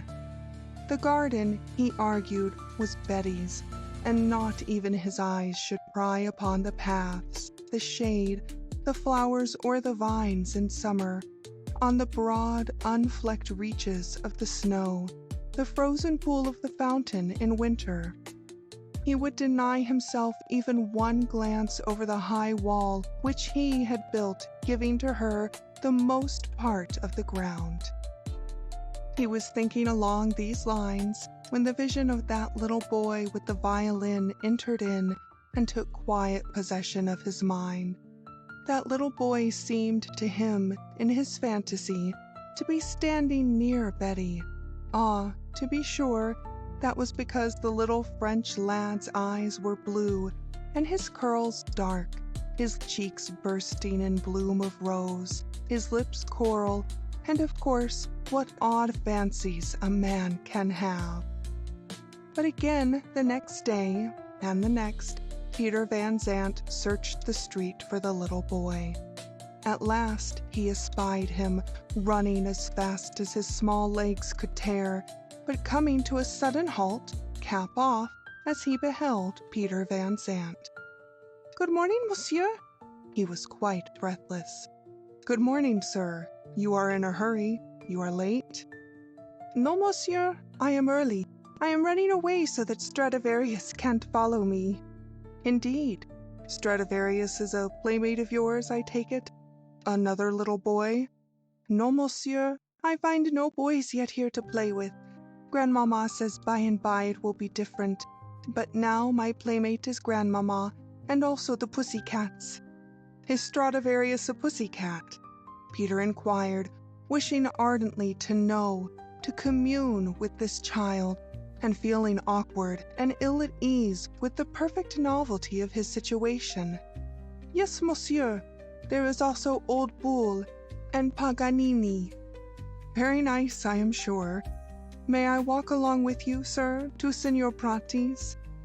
"Yes, monsieur, if you will. They have these names because Grandmamma says their singing at night, you know, in the garden, is much like the way my violin cries when I punish it with my bad playing." "I see." Mr. Van Zandt found the little French boy adorable and entertaining both. "And your Grandmamma is your playmate? For an old lady, that is remarkable, sir." "Oh, monsieur!" The lad's round eyes opened to their widest. "Grandmamma is not old, not at all." He laughed a little. "Oh, but no, you should see her play with Paganini. Figure to yourself, monsieur, she runs for him with a ball and string quite like I do." "Is it possible?" Mr. Van Zandt's imagination took shape with the old lady in the brocade and kerchief tripping somewhat stiffly for the edification of the pussycat and the boy. "And what is your name, sir, may I ask?" The child looked at the man askance, with the unconscious appraisal of childhood. And then he answered frankly, "Pierre de la Cureau, monsieur." "Pierre," repeated Mr. Van Zandt with a smile. "Yes, monsieur. For the English, it is Peter. Grandmamma calls me Peter sometimes. Monsieur, my father was the Marquis de la Cureau, but Grandmamma says there are no marquises here." "And your father?" Why did Peter Van Zandt question this stranger lad? No matter, he did. The child raised his cap from his head and stood still. "Is gone, monsieur, to look for my mamma." His bonny eyes were gazing up into the clear blue of the November sky. Mr. Van Zandt took off his own hat, and for a moment the two stood bareheaded, silent, in the leaf-strewn walk of the old parade ground. "You and Madame, your Grandmamma, then, are all alone, sir?"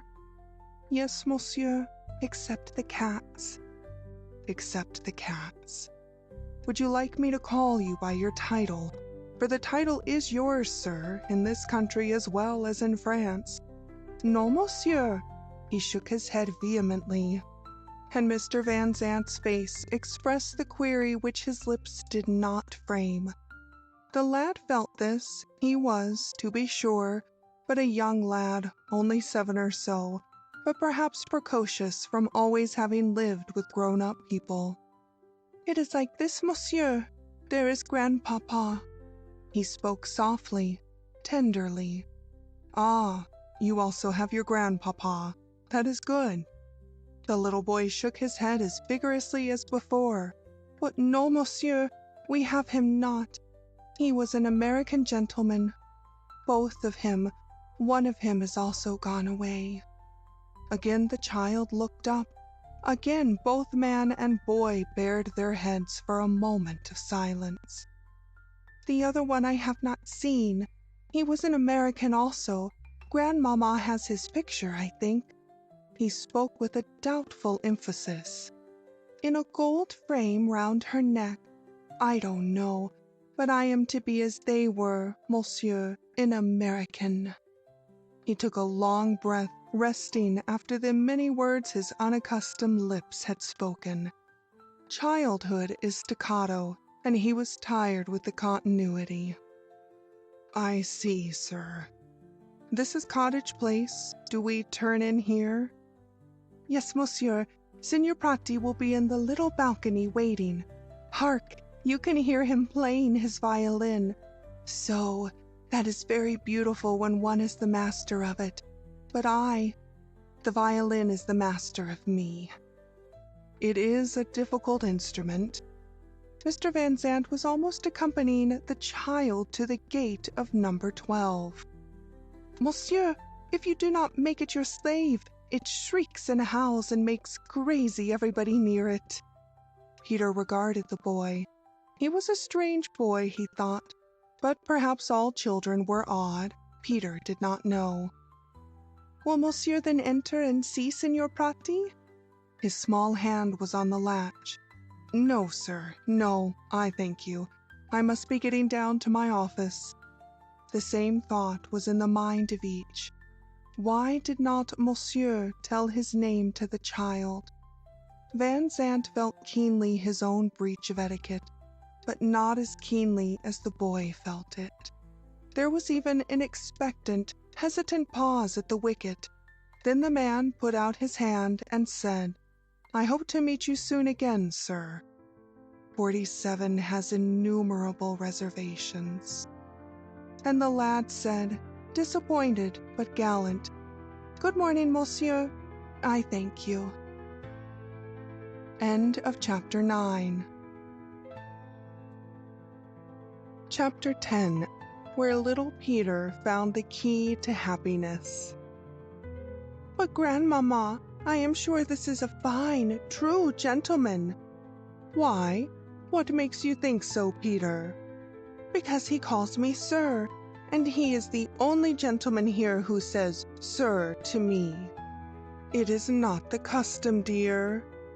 "But this gentleman makes the custom for himself. Ah, grandmamma, I am so sorry I displease you, but it is a gentleman I like to hear talk." "I know, dear, but grandmamma has told you, don't you know, not to speak to strangers, not to answer when strangers speak to you in the streets. It is different here from in Limoges. New York is a great city, and people don't know one another as they do in France. Won't you try and remember next time any stranger speaks to you, or I shall have Shaddle go with you to Signor Prati's." Mrs. Van Zandt, as she spoke, laid her hand on little Peter's head. "No, grandma, I am to be an American. I can obey. I wish not for Shaddle. I know the way to Cottage Place entirely. I would be ashamed now to have Shaddle. I will go around by the next street." "No, dear, don't do that. My boy must learn to behave with grace and dignity. You must go the same way you have been going, but show by your manner when you meet this gentleman that you can't stop to talk with him." "That," said the little boy, "will be as hard as making my violin speak pleasantly." "Is he an old gentleman, Pierre?" Betty asked. The child regarded her thoughtfully. "I don't know, grandmamma."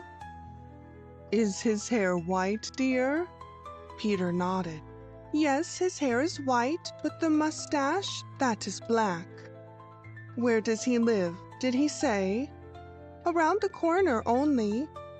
Mrs. Van Zandt shook her head. "I don't know any of my neighbors, dear, not even their names. Grandmamma would rather you did not talk with any stranger." There was a long silence between them, while Stradivarius, Old Bull, and Paganini purred on the hearth. Finally the child asked, in a curious, defiant way, "Grandmamma, why?" Betty was startled. She had wandered far away from her surroundings and was for the moment puzzled for an adequate reply. Therefore she said, "Dear, Grandmama cannot always explain to her little boy." There was another pause. Then little Peter said, "It is true that Christmas is coming soon, is it not, Grandmama?" "Yes, indeed," Betty sighed. "I remember last Christmas," the boy exclaimed. "Yes, of course you do. In the large storm, and the beggar man at the window of the salon, his feet in the snow without even sabots." "Yes, dear." Mrs. Van Zandt was well pleased at the child remembering. "We took him in by the stove, and Marie and Ursule brought soup and bread and socks and a coat, and I gave all my 2 francs and 20 centimes, and you too." "To be sure we did, gladly, dear." The lad fixed his eyes upon Betty's face as he whispered gently, "He was a stranger." She turned her head away. She rose and went to the window. Peter Van Zandt saw her shadow as he passed, saw her hand go up to her eyes. "You said I must always entertain the strangers. They were sometimes angels, and even if they were not, still I must entertain them," little Peter went on.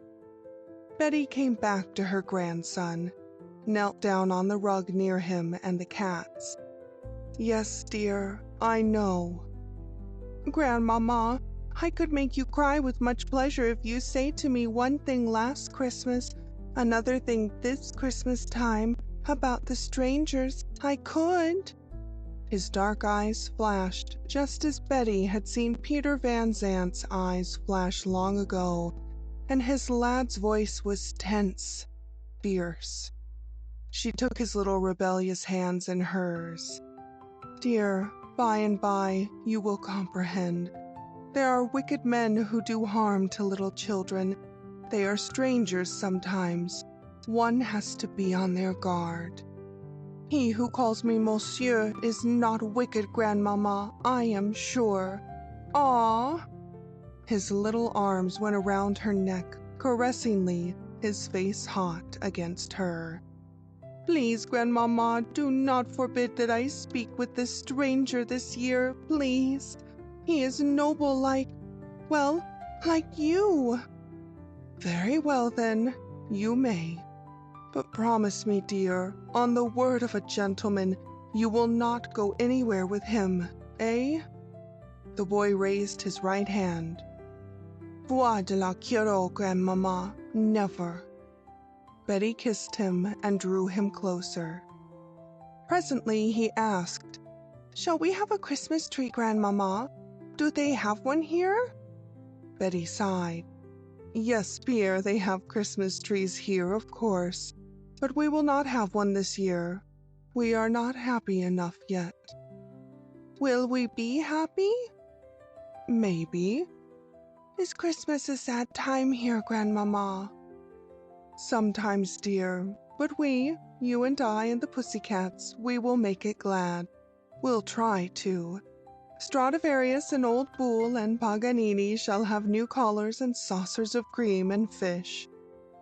Whereupon the child began to gambol with his pets, and presently they, and he after them, had galloped up the steep stairs to the garret, while Betty sat by the fire and struggled with herself.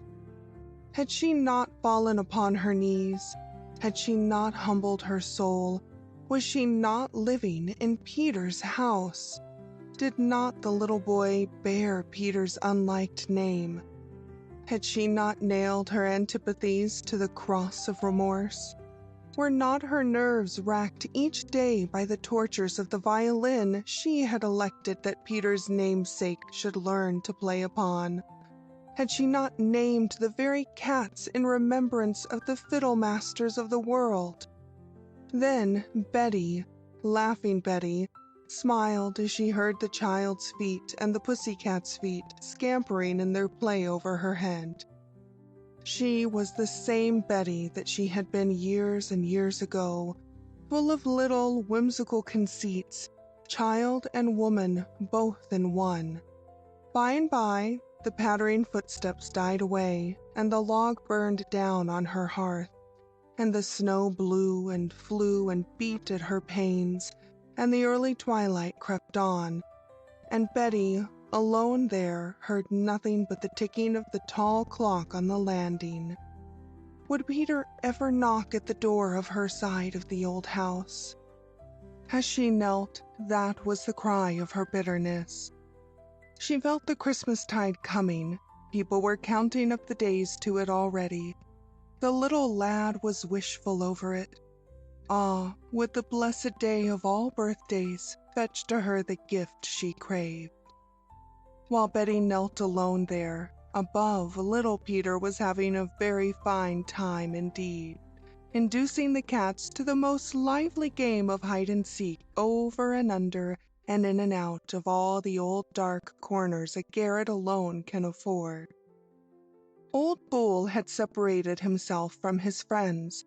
He had discovered a bit of string hanging from some keys on a wooden peg, just enough in reach of his claws to set the keys jingling and the string flying, whetting his joy more and more. Little Peter, attracted of course, came over to look at the keys. He had looked at so many things already, and he had put on a pair of Hessian boots with spurs, in which his small legs were swimming, and a soldier cap of Peter Van Zandt's, which covered his ears like a basket. And he was brandishing a rusty gun over Paganini and Stradivarius, when Supple, it being Thursday and her day for what she called readying up the garret, beheld him as she mounted the steep stairs, her head popping through the well-hole just as the little boy was carefully attempting to fit one of the keys to the door of the pantry under the eaves. Miss Bridget Supple's eyes danced. She paused, leaning on her broom handle, and actually seemed to feast upon the grotesque little figure in the army boots and cap, its busy fingers at the key and lock. "That don't fit in there, Master Peter," said the serving woman. "No? But where then, Bridget, eh?" "Nobody knows but me, sir." "But you will tell, yes?" "Maybe so." Miss Supple sat upon the top step while the 3 pussycats collected around her, purring and arching their backs. They knew who fed them very well indeed. "Will you promise not to tell any living soul, sir, if I tell you?" "Grandmamma?" little Peter said tentatively and in mild reproof. Supple shook her head, which was crowned by a most remarkable turkey-red sweeping cap, decked with a bow of great size that nodded with her every movement. "Not Madame, my grandmamma?" Supple still shook her head. "Not yet, Master Peter, by and by." "Oh, very well. Now tell me." "Sure, sir. Why do you want to know that?" Miss Supple was adjusting sundry matters in her mind, and was taking time. "Because," the little boy said, choosing words as he had to do, since he had been brought up in a foreign country, "because, Bridget, I am like a little king of France, that one who was always the locksmith, you know." Miss Supple nodded. She didn't know, but what did that matter? "That king loved to fit the keys. So do I, much better than the violin. Now where shall I go to fit the big one?" Miss Supple rose. While the boy had been speaking, she had communed with her saints, and to her simple soul they had seemed to speak. Bridget said, "Come on, sir," and together the middle-aged woman in her turkey-red coronet, the little boy in his Hessian boots and army cap, followed by the 3 pussycats, descended the garret stairs, then the lower flight, cautiously, tiptoe, Supple with her finger on her lips as they passed the mistress's door, down to the wide hall and across to the big archway. Supple drew aside the heavy curtains and disclosed the large mahogany door. She pointed to the keyhole, and the bow on the turkey red wagged expressively. "It's there, that one fits, Master Peter," Bridget whispered. "Shall I then fit it and turn it?" The boy whispered back, the army cap of Peter Van Zandt dropping into his eyes and over his round red cheeks. Paganini at this juncture mewed. Miss Supple exclaimed, still under her breath, "Wished! No, sir, not now, not now." "But when?" The child looked earnestly at her, waiting, the big key in his hand, ready. But when? Yes, that was the question Supple could not answer, and the sparkling, expectant, excited childish eyes waited on her reply. "Well, Master Peter, it's your own Bridget has led you here to the sill of it, and it's your own self, sir, must say when you'll fit the key to that lock." The child, confronted with his first draught of real responsibility, drew back, then, in manly fashion, started forward to fit the key then and there. Bridget held his arm. "Not now, Master Peter, not now." Supple was terrified at her own audacity. Little Peter, thus withheld, said, "But Bridget, what is on the other side of this door?" Bridget Supple, brought face to face with the concise problem, clapped a hand to the turkey red for assistance. To be sure, Supple had an excellent intelligence stowed away back of the turkey red somewhere. After a slight pause, "Sure, Master Peter, I don't exactly know, but I'm thinking it's happiness, sir, that's lying on the other side of that door." "Do you?" cried the child excitedly. "Happiness for Grandmama also?" "Sure I do." "Bridget," the little boy drew near to her, holding the key tight, "do you fancy I should unlock that door and find the happiness for Madam Grandmama before Christmas, eh?" "I do, sir, that same, before Christmas. Some evening, Master Peter, when Madam is reading or writing above, or when she's gone up to Bloomingdale to visit Mr. Paster." "Bridget, I will, you will see, I will, voix de la Curo, unlock and find the happiness for Grandmama." He put the key in his jacket pocket, and Bridget went into the pantry to confer a bit with Shaddle. End of Chapter 10. Chapter 11. What Peter Van Zandt Saw in the Parade Ground. Not very many days after the little boy had found the key to happiness hanging on the wooden peg in the garret, he was playing snowballs in the park, while his grandmother sat on one of the benches and watched him. It was not too cold for this, one of the crisp, mellow days, with sunshine through a yellow veil of mist from the two rivers, and not a breeze to stir the leaves beneath one's tread. Betty was facing the north side. Looking up, she could see the house she was born in, with its brick and marble front and its small square panes, pink with the curious color touch of time. Little Peter was bounding up to her. "Grandmama, your letter! We have not posted it, and Ursule and Marie will be thinking you forgot them if it doesn't get to Limoges by Christmas. Shall I take it to the box, yes?" "To be sure, I did forget it. And Pierre, you had better take it over to the Broadway box, dear, you know, the one on the corner by Grace Church. It will go more quickly perhaps from there." I will run all the way for Ursule and Marie to have their Christmas letter." "No, don't run. I will wait. Or if I don't, I will go straight home. If you want to play here a little while longer, you may." "Yes, yes." The child ran off and posted the letter. As he turned from the box, he paused a moment and stared at the church, took a few steps toward the iron railing and peered through. The path looked pleasant to Pierre de la Curo. It was possibly because it was in a sense forbidden. His hand was on the gate latch, and he was bound in, when someone said, "Good morning, sir."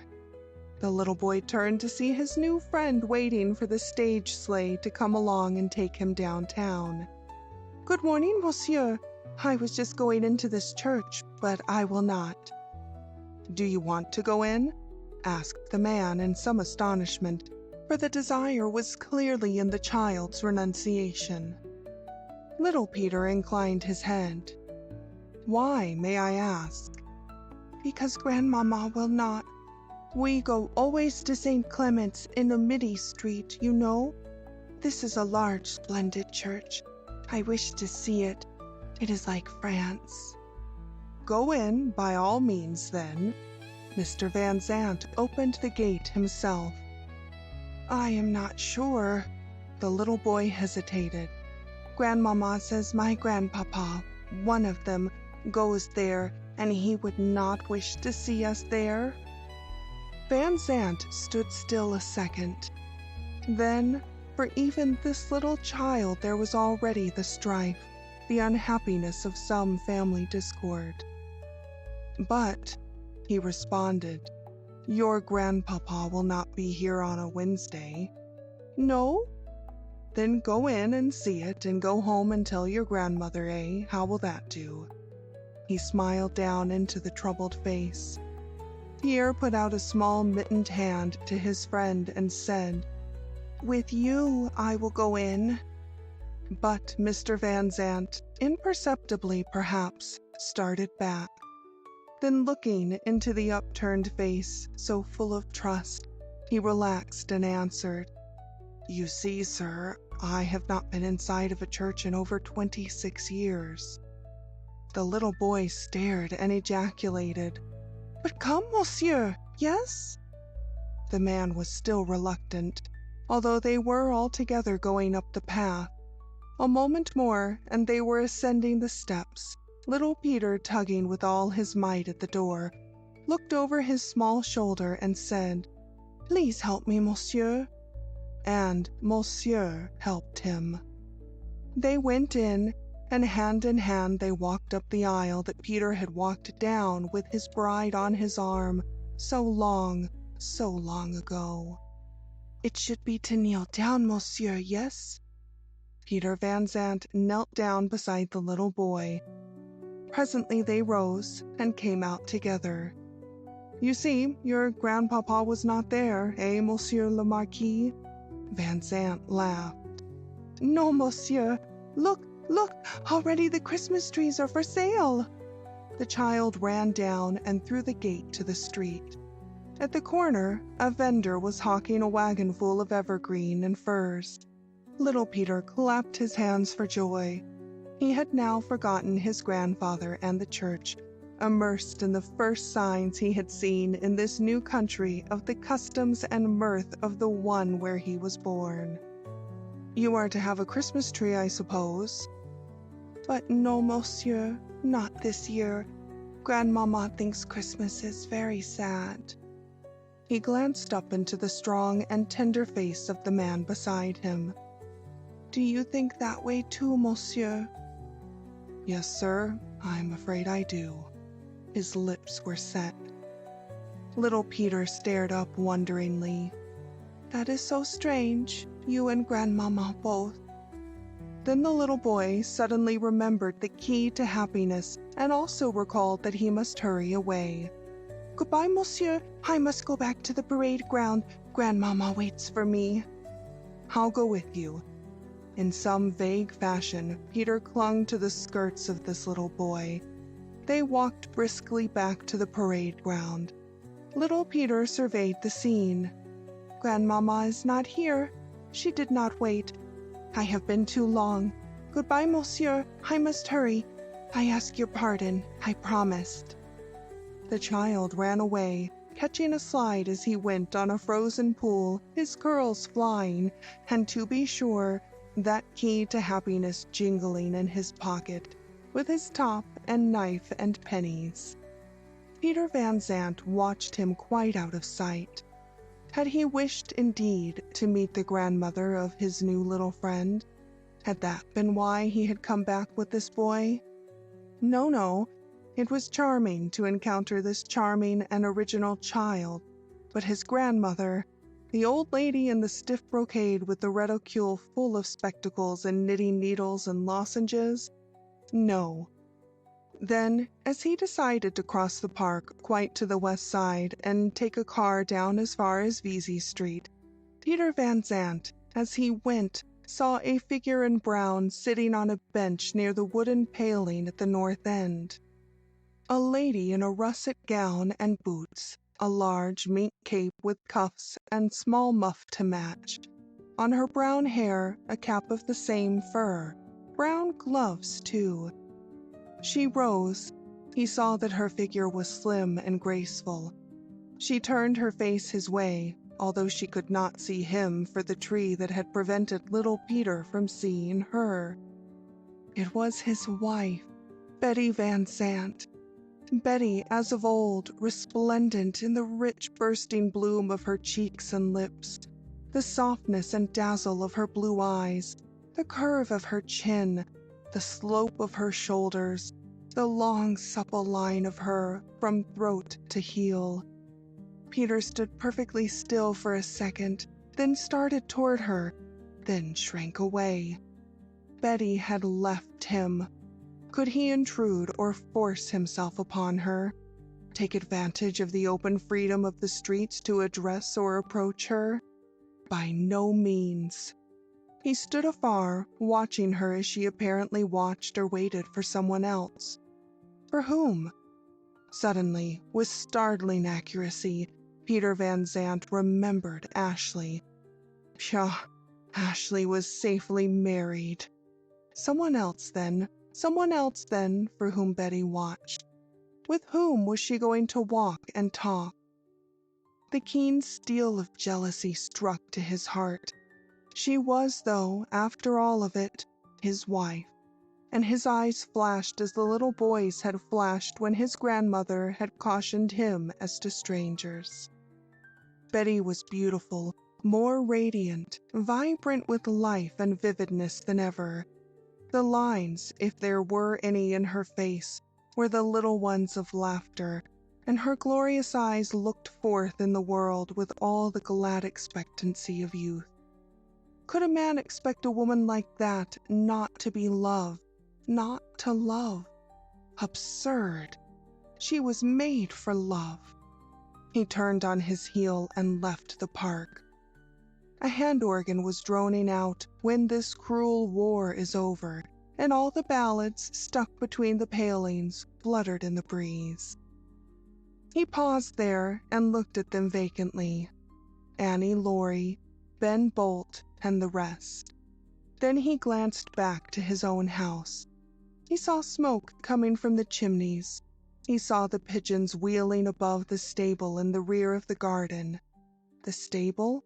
To be sure, the stalls were empty. Poppet and Peacock, the roans that had fetched Betty and him back from Grace Church to the St. Nicholas on their wedding day, had years since been sent to a farm on Long Island.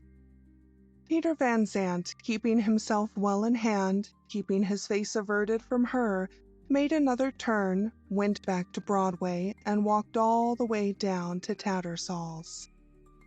A few days after that, the little boy came rushing, tumbling in from the garden up to Betty's room.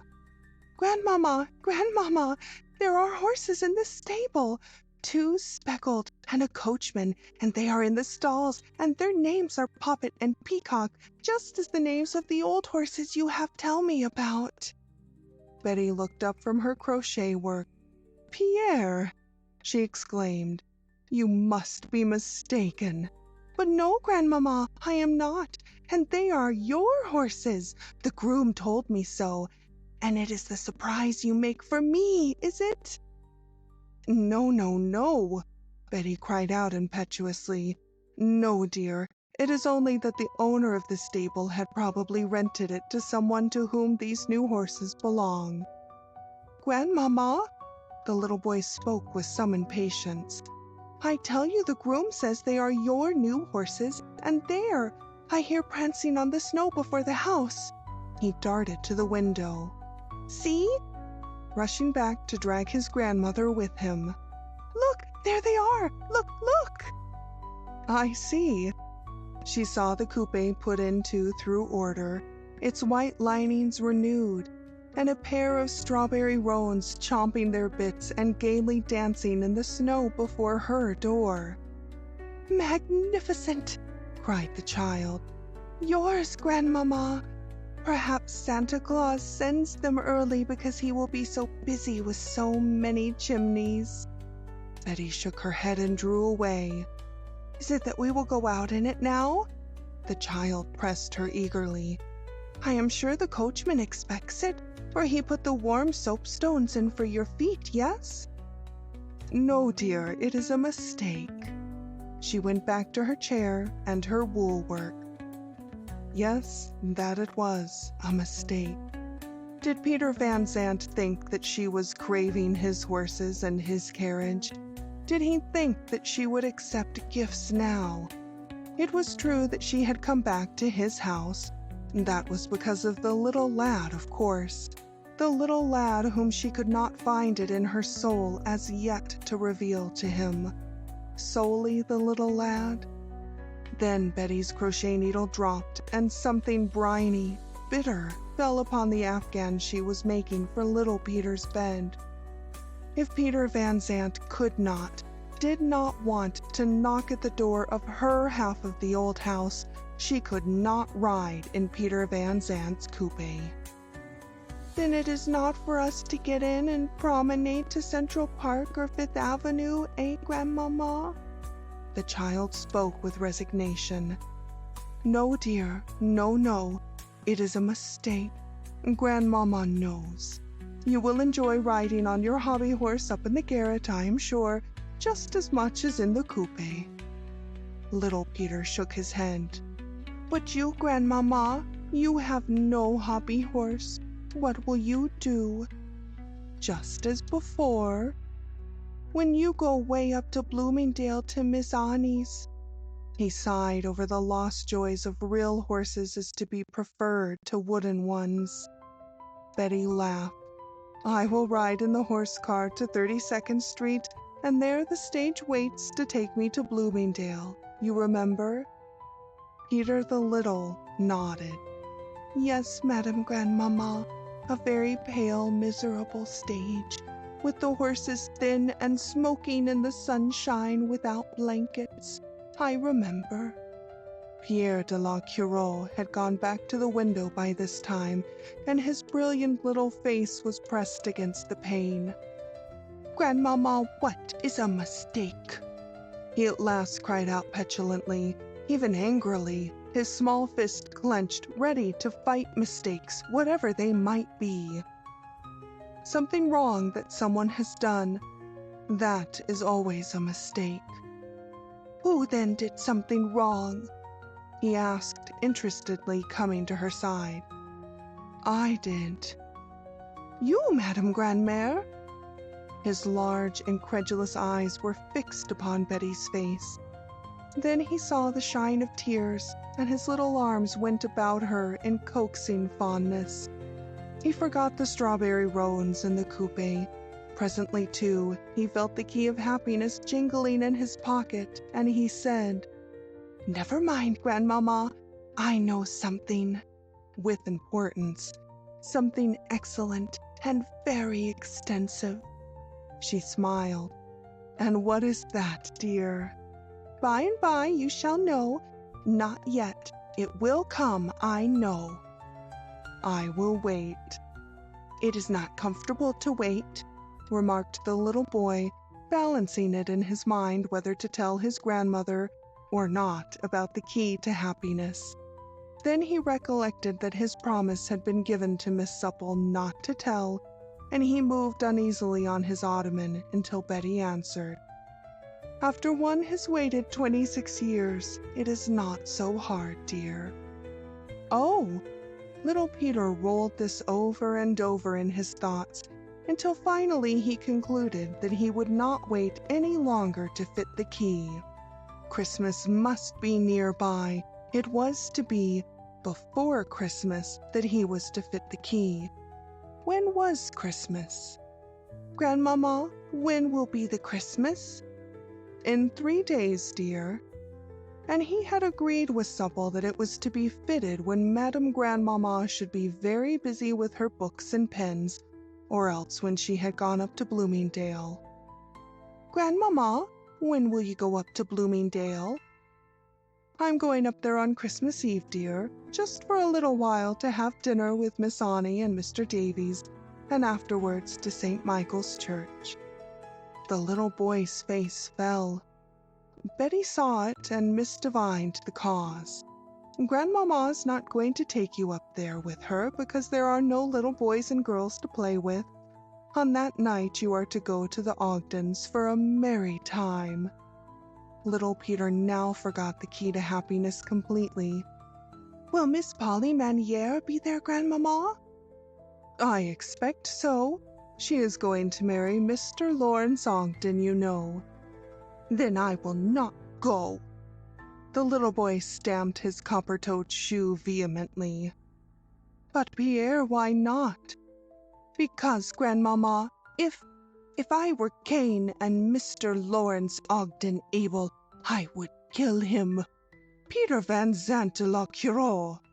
Yes, Madame Grandmère, I would.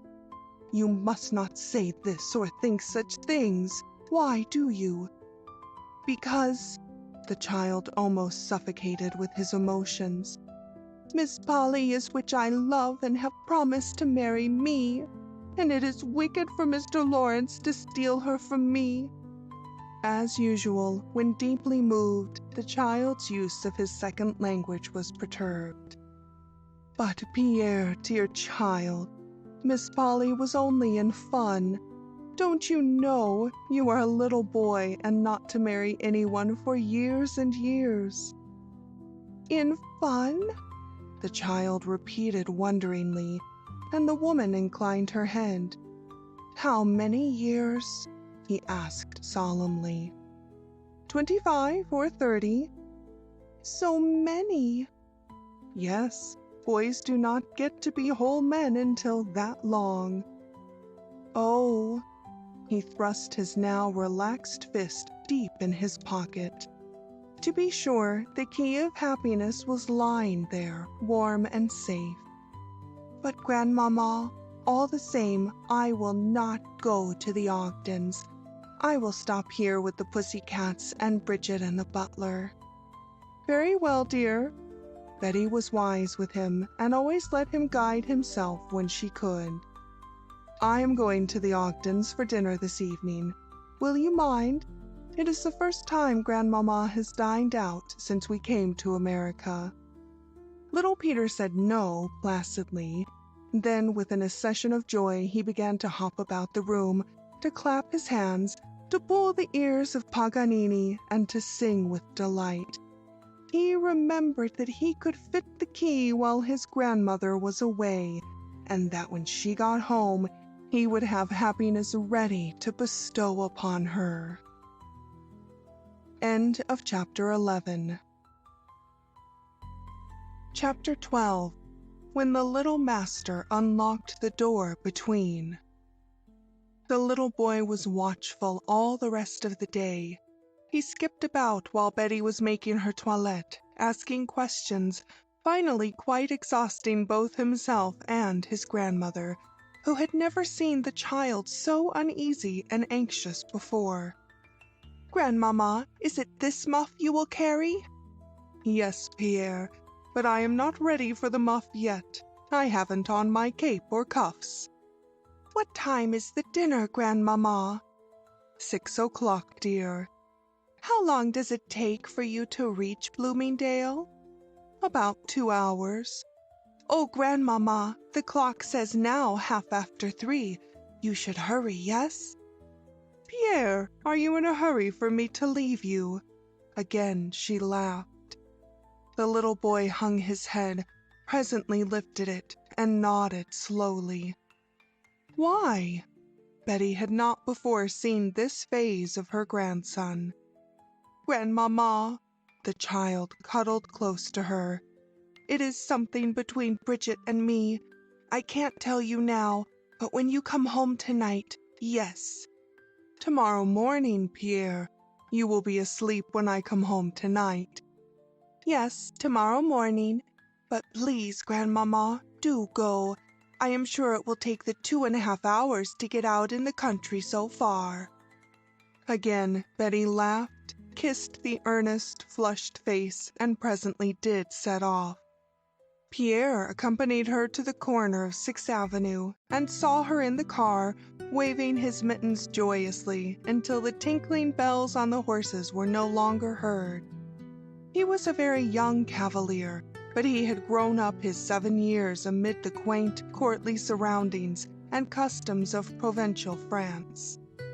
As the car bumped quite out of sight and sound, he ran back to the house, was soon inside, and up in the garret, followed by the 3 pussycats, of course.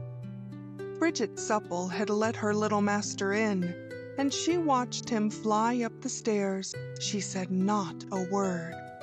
Shaddle had just told her that the master was home sitting in his library, but Miss Supple, having prevented the building of the wall, shown the little boy where the key fitted and told him what lay on the other side, dared no more.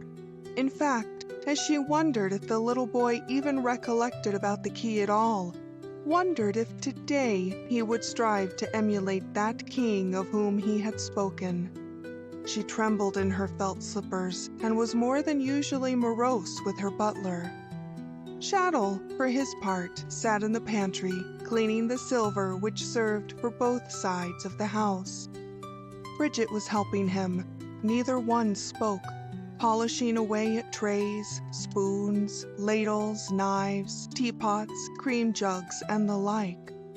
But before long, both heard footsteps coming down the stairs, heard the soft patter of the cat's tread on the marble hall, heard the little boy's admonition.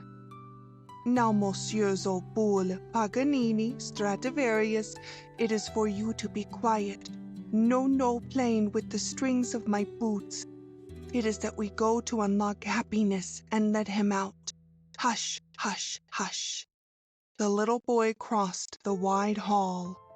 Bridget put the pantry door ajar just wide enough to let one of her eyes peer out. She beheld him push aside the heavy curtain, holding it with his feet, beheld him put the key in the keyhole and try to turn it. The key was rusty. The lock was rigid with age and disuse. The little boy tugged and wrenched and pulled to no purpose. He had on the army boots, and the army cap was falling about his ears. Finally, he took the key out and turned away with it to the dining room. He poured some oil from the curate to a saucer and dipped his key in it. And then, the cats following his every motion, as cats will, for they are an animal possessed of intense curiosity, Pierre de la Cureau returned to the mahogany door, and the curtain slipped back into its place behind him. Bridget Supple could no longer see him, but she heard the lock give, the key grind in the hole, the mahogany door creak, as the little boy doubtless pushed it open with all his strength. Stradivarius, Old Boule, and Paganini purring and sidling about him as he achieved at last the unlocking of the door to happiness. "The Lord love us, Shad!" exclaimed Miss Supple as she fell away from her coign of vantage. "But the little master has unlocked the door between." He had. His lore as to that king of France who loved to fit keys had stood him in good stead. Pierre had recollected that his Majesty had dealt with just such a refractory key at Ambience, with salad oil from his royal breakfast table. The mahogany door opened towards the little boy's side of the house. Once opened, there confronted him a shower of dust, an impenetrable darkness, and the heavy curtains, of course, on Van Zandt's side. He extended his hands. There was no discouragement or fear in his mind. He had yet to learn that anyone deceived or told lies. It was but to go on, and discover what he was looking for. Little Peter then, with the direct, unflinching hand of childhood, pushed against this barrier and found that it yielded. It was also a curtain of cloth. He beat it back, his energies concentrated on the moment, which he believed had arrived when he would find happiness. End of Chapter 12. Chapter 13. Little Peter's Mistake. Mr. Van Zandt had come uptown early that afternoon. Just before Christmas, there was not much law business to be attended to. He had gone, as usual, into the library to read his evening post. He sat beside the fireplace where the Liverpool coal burned cheerily. Opposite to him, the pier mirror, some of its silvery linings worn away. Behind him, the curtained arch. There were leather chairs and the leather lounge, bookcases on all four sides. The large table in the middle of the room had on it the violin case, the Godey's Lady's Book, Betty's last note to him, and the carte de visite he had taken from under her pillow, now in a crimson velvet passepartout. By and by he laid down his paper, lighted a cigar, and drew nearer to the fender. There was not a sound in the house, nor yet without, for the snowfall had been heavy, and it had begun again to come down. Not a sound save the cricket that chirped on his hearth. He heard it and smiled as he called it a lonely man's comrade. There had always been a cricket singing on that hearth in winter time, as long as he could remember. Presently, sleigh bells jingled in the street. The hearty laughter of youth reached his ears. A voice called out to the horses, "Whoa there, steady!" And then silence once more. His eyes traveled to the table, to the carte de visite in the velvet frame. Betty would not use the new strawberry roans. Each morning the coachman waited for orders. Each morning Shaddle or Bridget told him there were none. But Betty had come home. He himself had seen her. Why had she come? There was but one wall between them. Should he break it down and march in and repossess his own? But how could he do that? Nothing might be farther from her desires than that he should show himself to her. She kept aloof. Well, but a woman could not put out her hand to a man unless the man first extended his. Should he write to her? He took up his pen. Absurd! To write to Betty when merely a wall divided him from her. But that wall, who had built it? He, Peter Van Zandt. What a fool he was! Of course Betty would not stir an inch toward the man who had built a wall between her and him. He would have the wall torn down tomorrow. That was it. Tomorrow.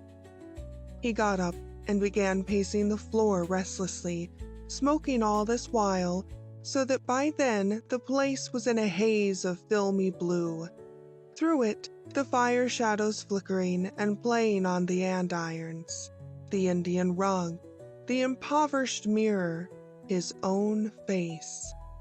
If he could tear down that wall now with his fists and fingers, they had had harder work to do and had done it over in the African mines. Yes, he would do it now. Do it himself. Here were the window bars, heavy, quite fit and able to batter plaster, mortar, and bricks to a ruin. Then the image of her standing yonder under the bare trees in the park, expectant, eager, watchful for someone else, smote him to the heart, and he laughed a little, put down the tool he had seized, with its brocatelle curtains that had never once, in all the years, been displaced or touched by hand of his. He lighted a fresh cigar, and the smoke wreaths grew thicker and the mist over all things more dense, and the cricket sang on, and the rest of it was silence and his hunger for Betty. There may have been, Indeed, there were other sounds there. The creak of rusty hinges, the sweep of brocatel, the careful tread of two little feet lost almost in a pair of cavalry boots that reached to a childish waist, the soft purring of three pussy cats, and the swish of their tails against the Turkish ottomans near the arch. The little boy, by no means abashed or frightened, saw the figure of the man through the haze, but not his face, for that was not toward him. He made a further noise with his gigantic heels, but the man did not hear. His mind was with the woman he loved. He smoked on. Then Pierre de la Cureau made a more intentional sound with his boots. Still, the man was oblivious. Finally, the melodious voice of the child exclaimed, "Pardon, monsieur, but are you happiness? Or where is it, if you please?" Then, to be sure, Peter Van Zandt started up from his dream chair and turned to behold the tiny figure emerging from the cavalry boots and the head roofed by the old army cap. This, to be sure, the little boy had lifted, and he had spoken. When he succeeded in handling it, he saw the stranger against whom his grandmother had so carefully warned him. "Monsieur!" cried the astonished child. "Monsieur le Marquis!" exclaimed the equally astonished man. Then certainly Mr. Van Zandt recovered himself, pleased in a sense to think that his small acquaintance had come to call on him. Admitted doubtless by Bridget or Chattel, he had entered the room while the host had been unobservant, lost in thoughts of Betty. "I am glad to see you, sir," Van Zandt went on. "I did not hear the bell ring, nor your entrance. Sit down." He wheeled a chair nearer the fire, which the three pussy-cats evidently accepted as a note of welcome, for they began to bestow themselves in warm corners without further circumlocution. But the little boy did not take the offered seat. He stood with his unwieldy cap in hands and said, "No, I thank you, monsieur. I did not know this would be your house. I thought it was our house." He glanced back intuitively toward the curtained arch. Mr. Van Zandt, not exactly comprehending, smiled amusedly. So this little man was doubtless a visitor with his grandmother at Betty's house, and by some whim of childhood he had come around by the area way very likely, and walked in. "And how is that, sir?" he nevertheless inquired. "I did not come to visit you, monsieur. Not in the least. I ask your pardon. I came to find happiness and—" He looked around. "Please, monsieur, tell me, is it really here?" "No, sir," Mr. Van Zandt answered slowly. "It is not." "But," little Peter was about to say, "Bridget told me it was here," when his instincts forbade the use of anyone's name as yet. "But I am most happy to have you here," the host repeated. "Monsieur, it is not that. Grandmamma—" Then he paused, searching all his inexperienced soul for the right road. "Grandmamma, monsieur, is not happy, I am sure of it, and someone told me that happiness was on the other side of the arch, and I promised to myself, monsieur, to come through and find it, and have it for her when she gets home from Bloomingdale tomorrow." The little boy gave a deep breath of relief at the conclusion of his long speech. The man stared at him in open bewilderment. Then a light dawned. Betty's visitors, of course.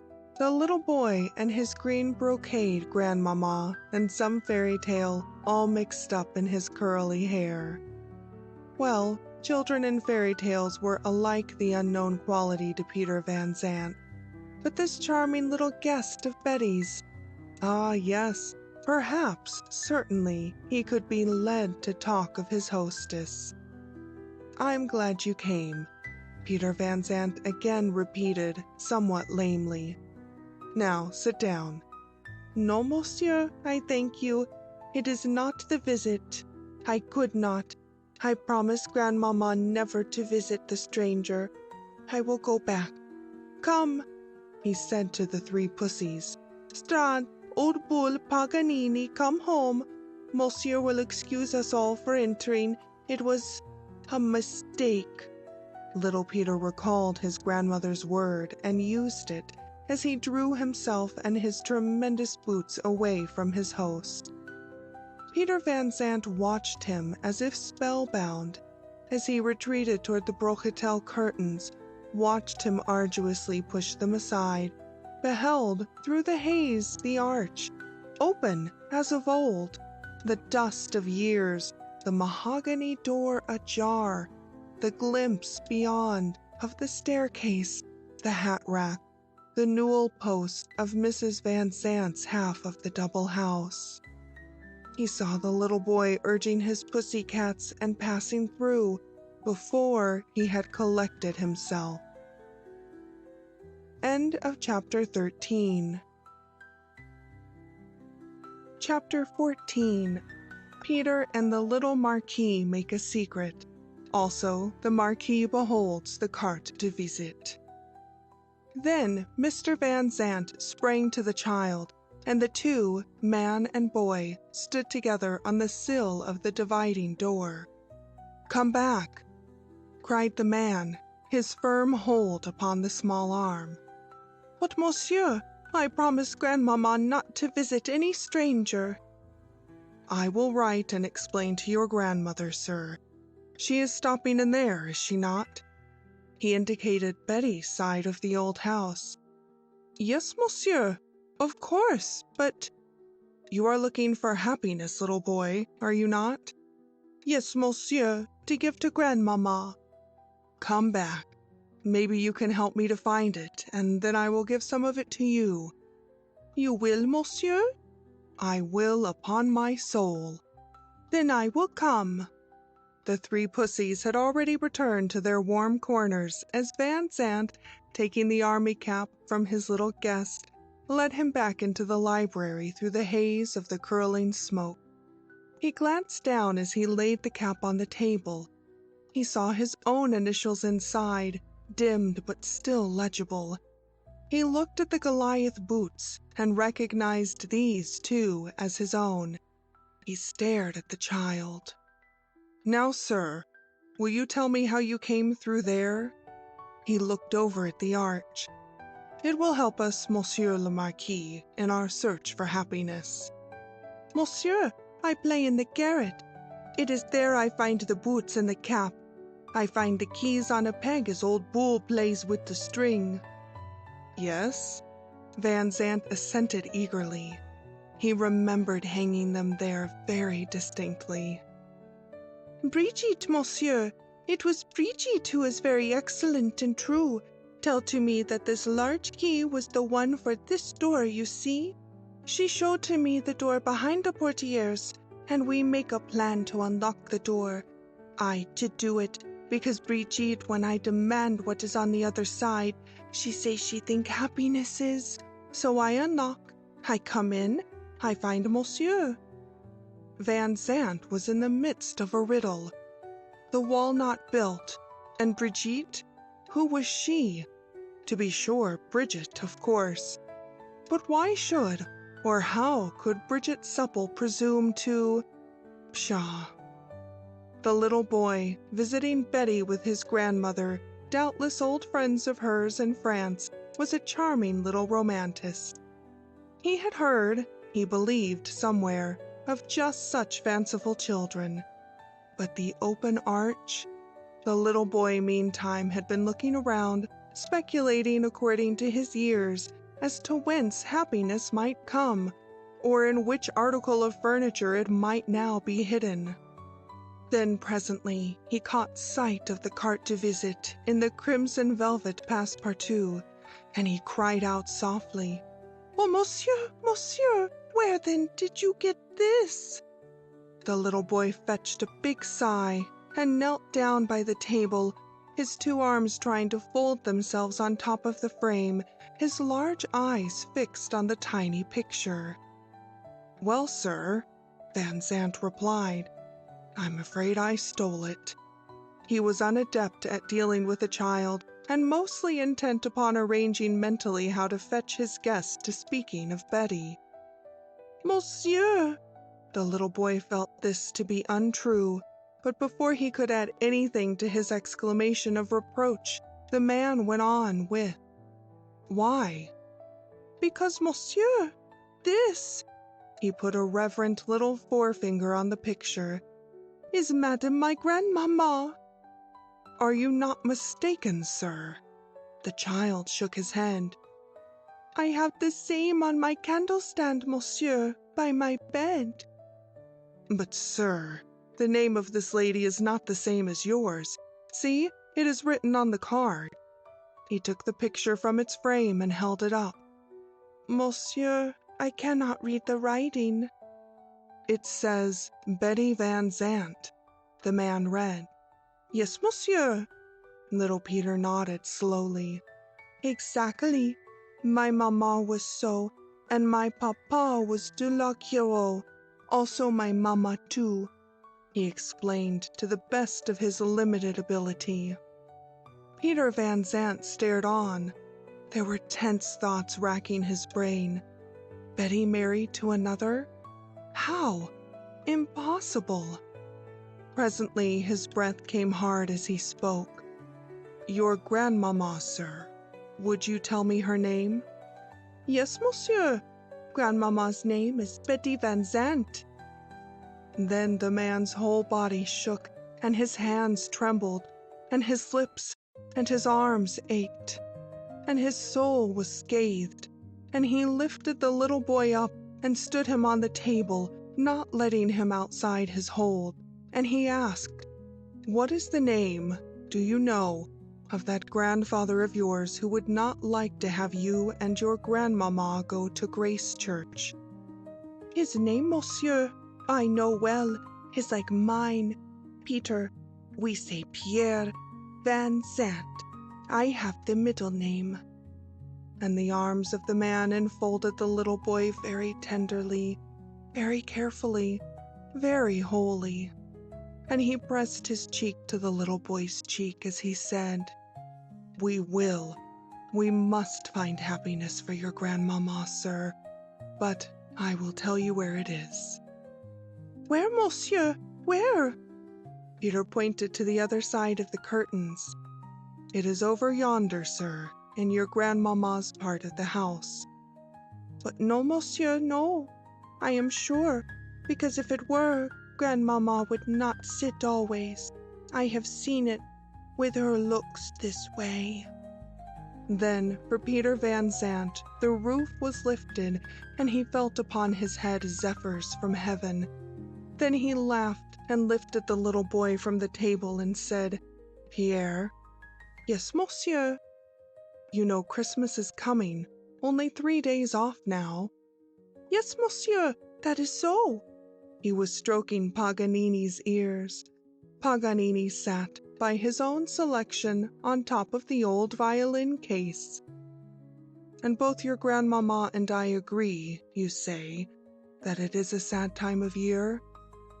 The little boy nodded as he cuddled his pussy cat. "But suppose we make it joyful, you and I. Suppose we believe that happiness will be found by doing that. Suppose we make a secret, just you and I, about Christmas. Shall we? Will you?" "Yes, monsieur, I will. Anything for the happiness for grandmamma." He drew nearer to Peter. "How shall we make the secret, monsieur?" For a moment, Van Zandt did not reply.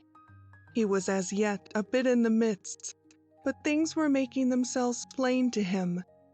He found himself facing the singular proposition of that radiant rose of a woman he had watched in Washington Parade Ground as the grandmother of a little boy of 7. It was not easy to adjust it all at once, so little Peter had to wait. There were 100 questions Van Zandt would have liked to ask this little boy, It was also a dilemma for him whether to disclose his own identity to the child or not. But Peter, for all his ardor of thirst for Betty, was level-headed. Whereas his impulse was to pick up the small boy and rush with him straight over to the other side of the house and there await her homecoming, he at once saw that this could not be. That in fact, after all, there must be, he would rather have it so, a second wooing of his wife. So for these reasons, little Peter had to wait.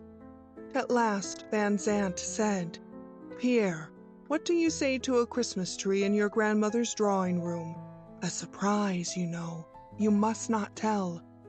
"Yes, monsieur, a Christmas tree. Oh, that will be beautiful." "I will go shopping and get all sorts of things that I think your grandmama would like, eh?" "Yes, monsieur." The child's eyes widened. The magnitude of all this robbed him of any lengthy speech. "It can be done without letting your grandmama know, can it not?" This brought little Peter to his language. "Ah, monsieur, I don't know. It is for me always to tell grandmama everything, and you see, now I must go home." He became suddenly terrified with his own position. "Pierre, look at me." "Yes, monsieur, I look." "I promise you to make it all right with Madame your grandmama, on the word of a gentleman. How is that?" "Monsieur!" The gallant little boy's intonation was perfect, but it was painfully evident that he had reservations. Zandt felt this. He said, "Well, sir, what is the trouble? Won't you tell me?" "Monsieur," the little boy answered deprecatingly, seeming to sink farther into his huge boots, "if you please, I do not know who you are. The name of you, monsieur." Zandt felt the thrust, acknowledged its justice.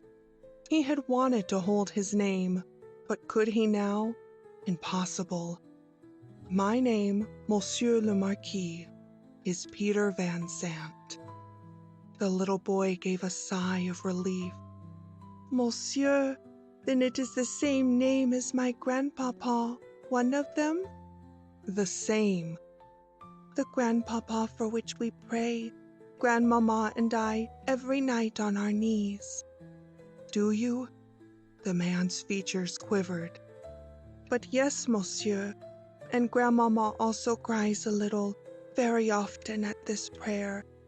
I don't love that grandpapa." His red lips tightened. "Don't you? Well, never mind about him just now. Tomorrow morning I will meet you when you go to Signor Prati's, and we will plan the rest." "Monsieur, is it this that will make the secret?" "Yes, the secret is the Christmas tree, remember." "Yes, monsieur. I salute you, monsieur. I go." The little boy once more collected his pussycats, and through the smoky atmosphere, the army boots much impeding, the army cap over his ears, Peter watched him pass back whence he came, heard the knob turn, heard the cats mew, presently heard the crickets sing. Then he took up the cart to visit, and pressed it to his heart. Then he crossed over, and was glad to find that the little boy had forgotten to turn or to fetch off the key. End of chapter 14. Chapter 15. 2 days before Christmas. Little Peter was awake very early the next morning. For the first time in his whole 7 years he had something on his mind, as older folks phrase it, something weighing where not even a feather had ever weighed before. His promise to his grandmother to tell her what the something between Bridget and himself was when she should be home from her dinner at the Ogdens. Betty recollected Pierre's promise very well, but it was no part of her simple scheme of education to remind her boy of that which he should not forget, a promise. She was pulling on her cuffs preparatory to going shopping. Stradivarius was playing with her muff cord. little Peter was putting on her overshoes. He was also puzzling out his own tangled skeins. Finally, with a great last pull at the second overshoe, he said, "Grandmama." "Yes, dear." "That between Brigitte and me, I cannot tell you today." "Very well, dear." In Betty's mind, it was undoubtedly a Christmas gift which Miss Supple had led the path to buying. "Be sure not to go off the block with your sled after you come from Signor Prati's." "I will, Grandmama." "Kiss me, darling." Betty kissed him. She was down the stairs. Little Peter lingered at the landing, and then he dashed impetuously after her. "Grandmama." "Yes." "I made the visit to the stranger." "Pierre!" Betty stood still, letting go of the doorknob. "Madame Grandmamère, it was wicked, but so very pleasant. Oh yes, I did it." "But Pierre, dear, you promised." She sat down on the hall chair and drew him to her. He nodded. "I did, but I did not know how pleasant, how easy it was." "It is generally easy to be naughty, dear. What now shall Grandmama do with the little boy she cannot trust?" "But you can trust. It was not the real visit." The little boy halted. "Not the visit prepared. I did not know. It was as when old Bull jumps out of a dark corner. You don't know it until he does the jumps." Betty's heart also jumped.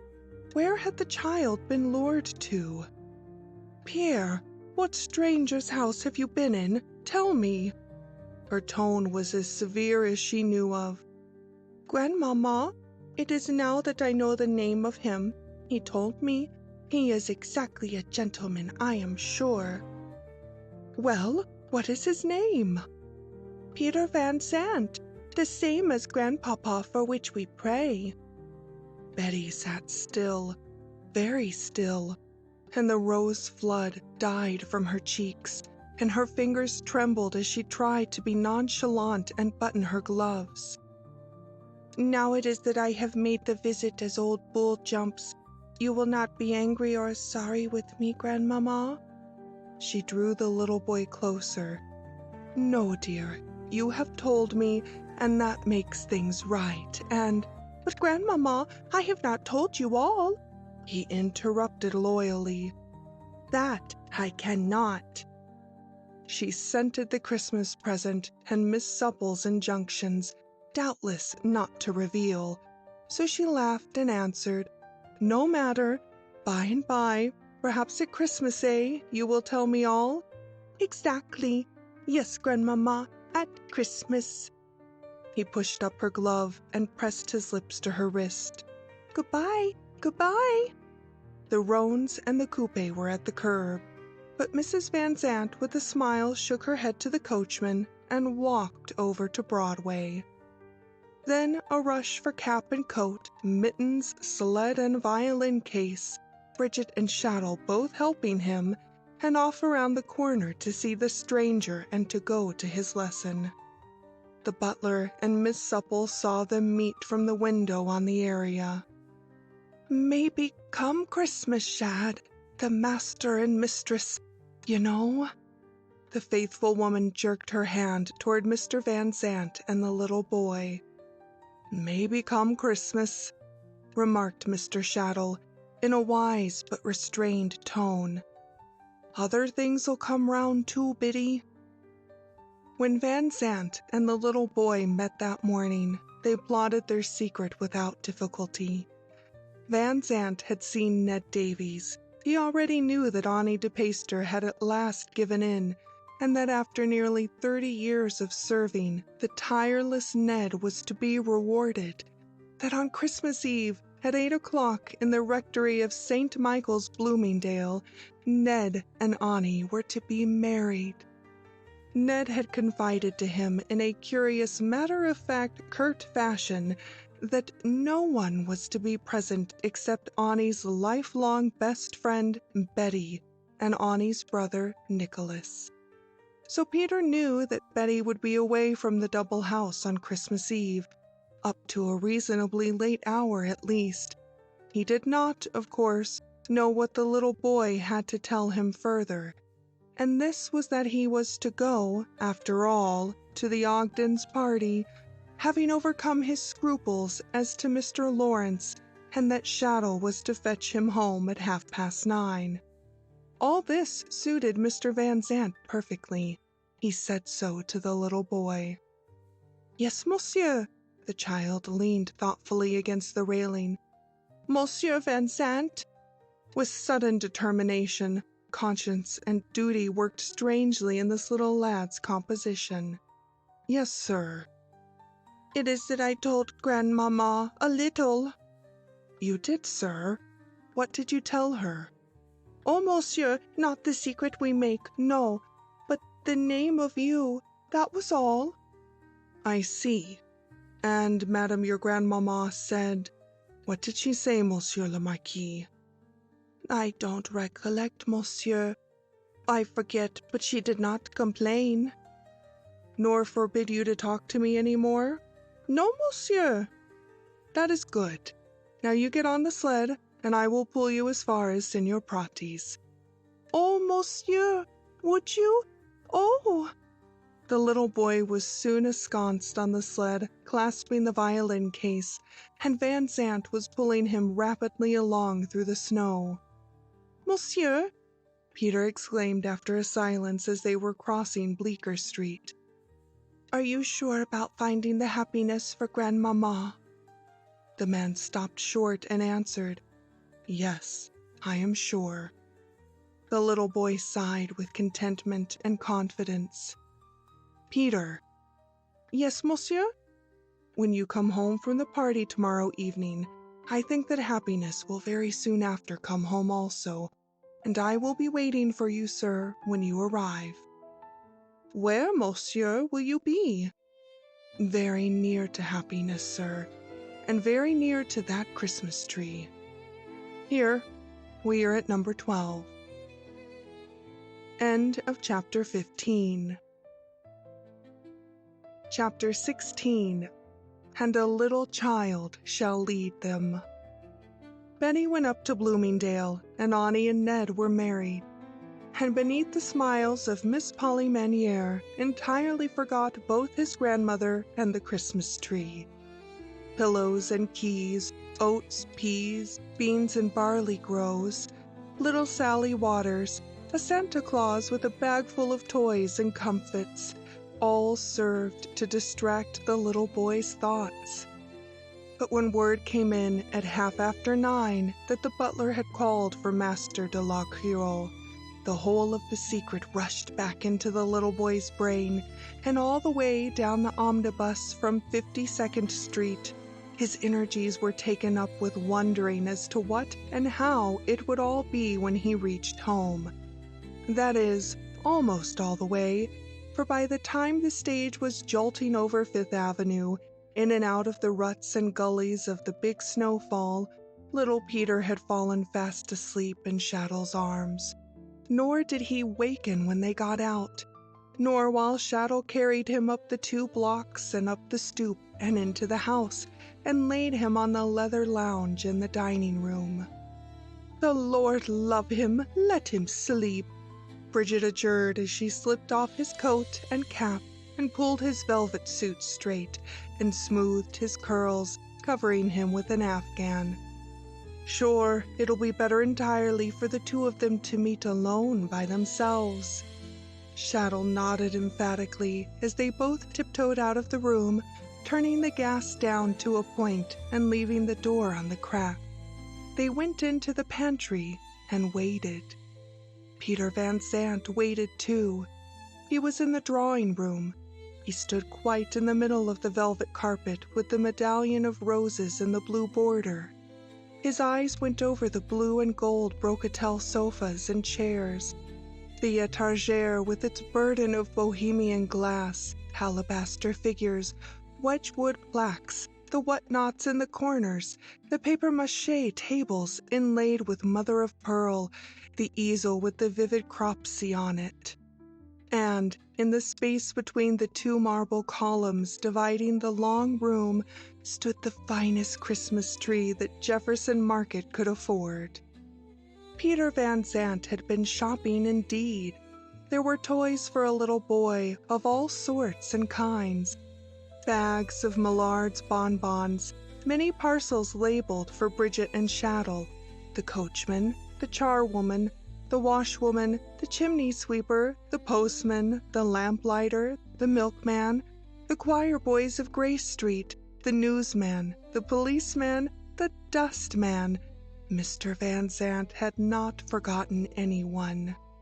And there were boxes of silks and laces and furs and jewels for Betty Van Zandt, books and flowers and an Indian shawl, rare carvings from the newly opened ports of Japan and China, all the prettiest things he could find.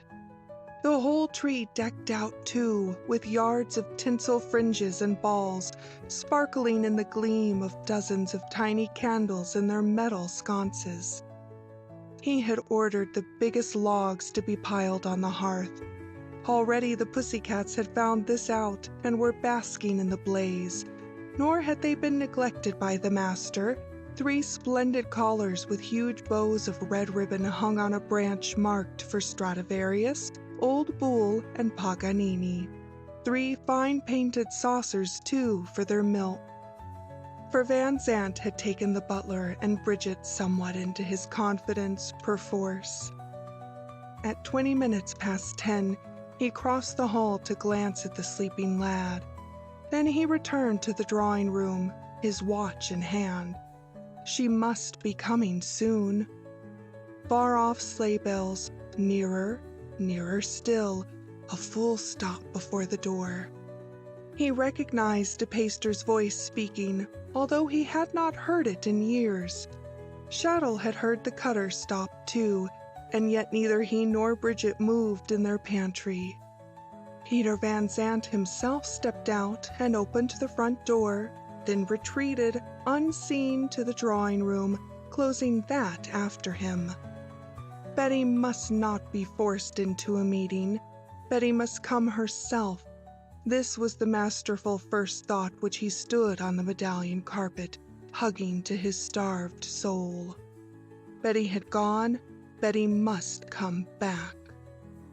Betty entered the hall. She had shaken hands with Nick and exchanged all sorts of merry wishes with him in the vestibule, for his horse was restive and he dared not leave it out of sight. Nick had shut the door himself, and the bells had set up their music as Betty stepped inside. What confronted her? The open arch, the curtains gone. The wall she had believed built up there vanished. The vista clear of the library on the other side. Her heart beating to burst, she went over to the sill. She saw the mahogany door wide swung, a rusty key in its lock. She paused to look about her.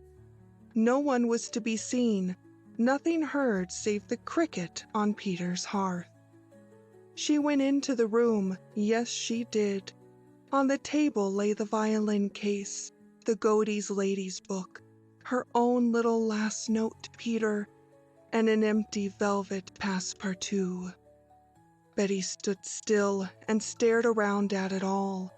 The room was forlorn, handsomely furnished, of course, but the forlorn, disappointed place of the lonely man. Where was Peter? Where was the wall? How desolate it was! Just the cricket singing to himself on Christmas Eve. Where was the little boy? Where were Chattel and Bridget? Who had opened the front door for her? Why was everything so still? Her mink cape slipped from her shoulders. She began to set the chairs more amiably, to pull the lounge round toward the fire, to straighten the books and papers, to make the ornaments on the mantel more acquainted. She set the clock right. It was half an hour slow. She took up the little hair broom and brushed the hearth clean, put the andirons closer, and the poker and tongs and shovel upright, placed the drop light over the center of the table, and then, with a little sigh, half of complacency, half of poignant, unreasonable expectancy, Betty turned to go back whence she came. She met someone at the sill, someone who had said to himself she must come. Instead, he had gone to find her. He did not speak. He took her into his arms, to his heart, his kisses upon her lips, all the pent-up, long-restrained passion of a whole man throbbing in his veins for her. While they stood there looking into each other's eyes, in the silence that is more than any words in any language, the little boy had wakened from his nap, and having got a glimpse of the tree, came running to look for his people. "Grandmamma," he called, halting at the foot of the stairs, "have you come home?" "Yes," Peter Van Zandt answered for her. "Oh, monsieur, monsieur!" Little Peter heard the voice of his friend, but did not as yet see him. And now he whispered as he peered round toward the drawing room, of course where the tree stood. "Where are you? And is it that you have found the happiness, monsieur, as you promised? And can I give it to Grandmamma tonight?" Then the little boy espied them and ran up to them, and Peter Van Zandt said, "Yes, I have found happiness, and given it, I think, to your Grandmamma. Ask her." And Betty said, "Yes, it is so." And the little boy clapped his hands for joy as he exclaimed, "Oh, Grandmamma, now you see that the stranger is quite entirely a gentleman, as I said." But his childish eyes were a little toward the place of the Christmas tree. "Pierre," Betty said gravely. "Yes, Madame Grandmère," as gravely. "This is your grandpapa, dear, the one we pray for every night." The little boy put out his hand very seriously to the man. "I am glad, Monsieur Grandpapa. I will tell Brigitte it was the key to happiness, and now—" He cast wide eyes across the hall. "It is the Christmas tree, I expect, yes?" His other hand went to Betty's, and he led them over to the drawing room, one on either side, and they all beheld the glory of the tree and the glory of the joy of a little child, for remembrance of the God-child who once came down to earth. Presently Peter Van Zandt asked, "Pierre, can you fetch me my violin from that other room?" "I can, Monsieur Grandpapa." The little boy ran and brought it over. "The fire is low," Peter Van Zandt said as he took the violin from its case. Then he laid it on the logs, and it crackled and burned into a fierce blaze, and the strings moaned, perhaps with sorrow, up into the chimney, and the rosin on the bows spurted blue, and the sparks flew upon the pussycat's fur and made them mew in a melancholy, resentful fashion, as if for one of their own kin. Peter said to his wife, "It has never been out of its case since the day you went away." As her hand crept into his, as the little boy went to fetch Chattel and Bridget, the voices made for the Holy Eve, the holiest eve the world has ever seen, the voices of children, boy children from the choir of the church they had been married in, began to sing outside in the garden, the wonderful anthem of the blessed child. "Behold, I bring to you good tidings of great joy, for which shall be to all people. For unto you is born this day in the city of David a Savior, which is Christ the Lord." And little Peter said softly, "Is it not that we shall kneel down, Monsieur Grandpierre?" And they all knelt down together until the anthem was finished. Then the little boy got up and began to dance and hop, and the gifts were given, and as Bridget at last carried the little boy upstairs to his bed, he whispered to her, "But Brigitte, it was indeed the key to happiness, yes?" When he was safely in bed, covered up with his down quilt, Miss Supple went down the back stairs to her kitchen, finding Shadow there waiting for her. "Shad," said Miss Supple somewhat hesitantly as she smoothed out her apron, "I'm after thinking that maybe them banns—" "Biddy," replied Shadow, "them banns have been read for us 3 times. Father O'Shanassy and meself fixed it up between us to do it at High Mass each time, where you yourself could not be, and we'll be married tomorrow, Christmas Day in the morning." In the drawing-room, standing together on the medallion carpet he had bought to furnish the bride's homecoming with, were Peter Van Zandt and his wife. In the silence of the night, in the deeper silence of the earliest morning, no sound but the tick of the old clock on the stairs. He put his arm around her and led her to the window that looked toward the east. They saw a star shining above them, brighter than all the other stars of heaven, and its light seemed to him to shine upon her, to her as if it shone upon him. And near the star shone the moon, a slip of silver. He glanced up at it, then down at her. "Our moon," she whispered shyly. "Our honeymoon. It's going to be a Christmas honeymoon, Betty, ours is. We'll start away together alone, my dear one, on Christmas Day." Then he took the carte de visite from his pocket and showed it to her. "Your child, our child. Ah, Betty, Betty, my wife, my love, my all, at last." And Betty, between smiles and tears, and with all the memories of all the years hovering in her soul, had only heart of grace to lay her head upon her husband's shoulder and say, "Merry Christmas, dearest man of my heart. I'll go on the Christmas honeymoon whenever you say." End of chapter 16. End of A Christmas Honeymoon by Frances Aymar Mathews. Recording by Jenn Broda. We hope you enjoyed tonight's Sleep audiobook. If you liked this audiobook and want to listen to more, please check out our channel at Sleep Audiobooks. And if you prefer to listen to each story individually,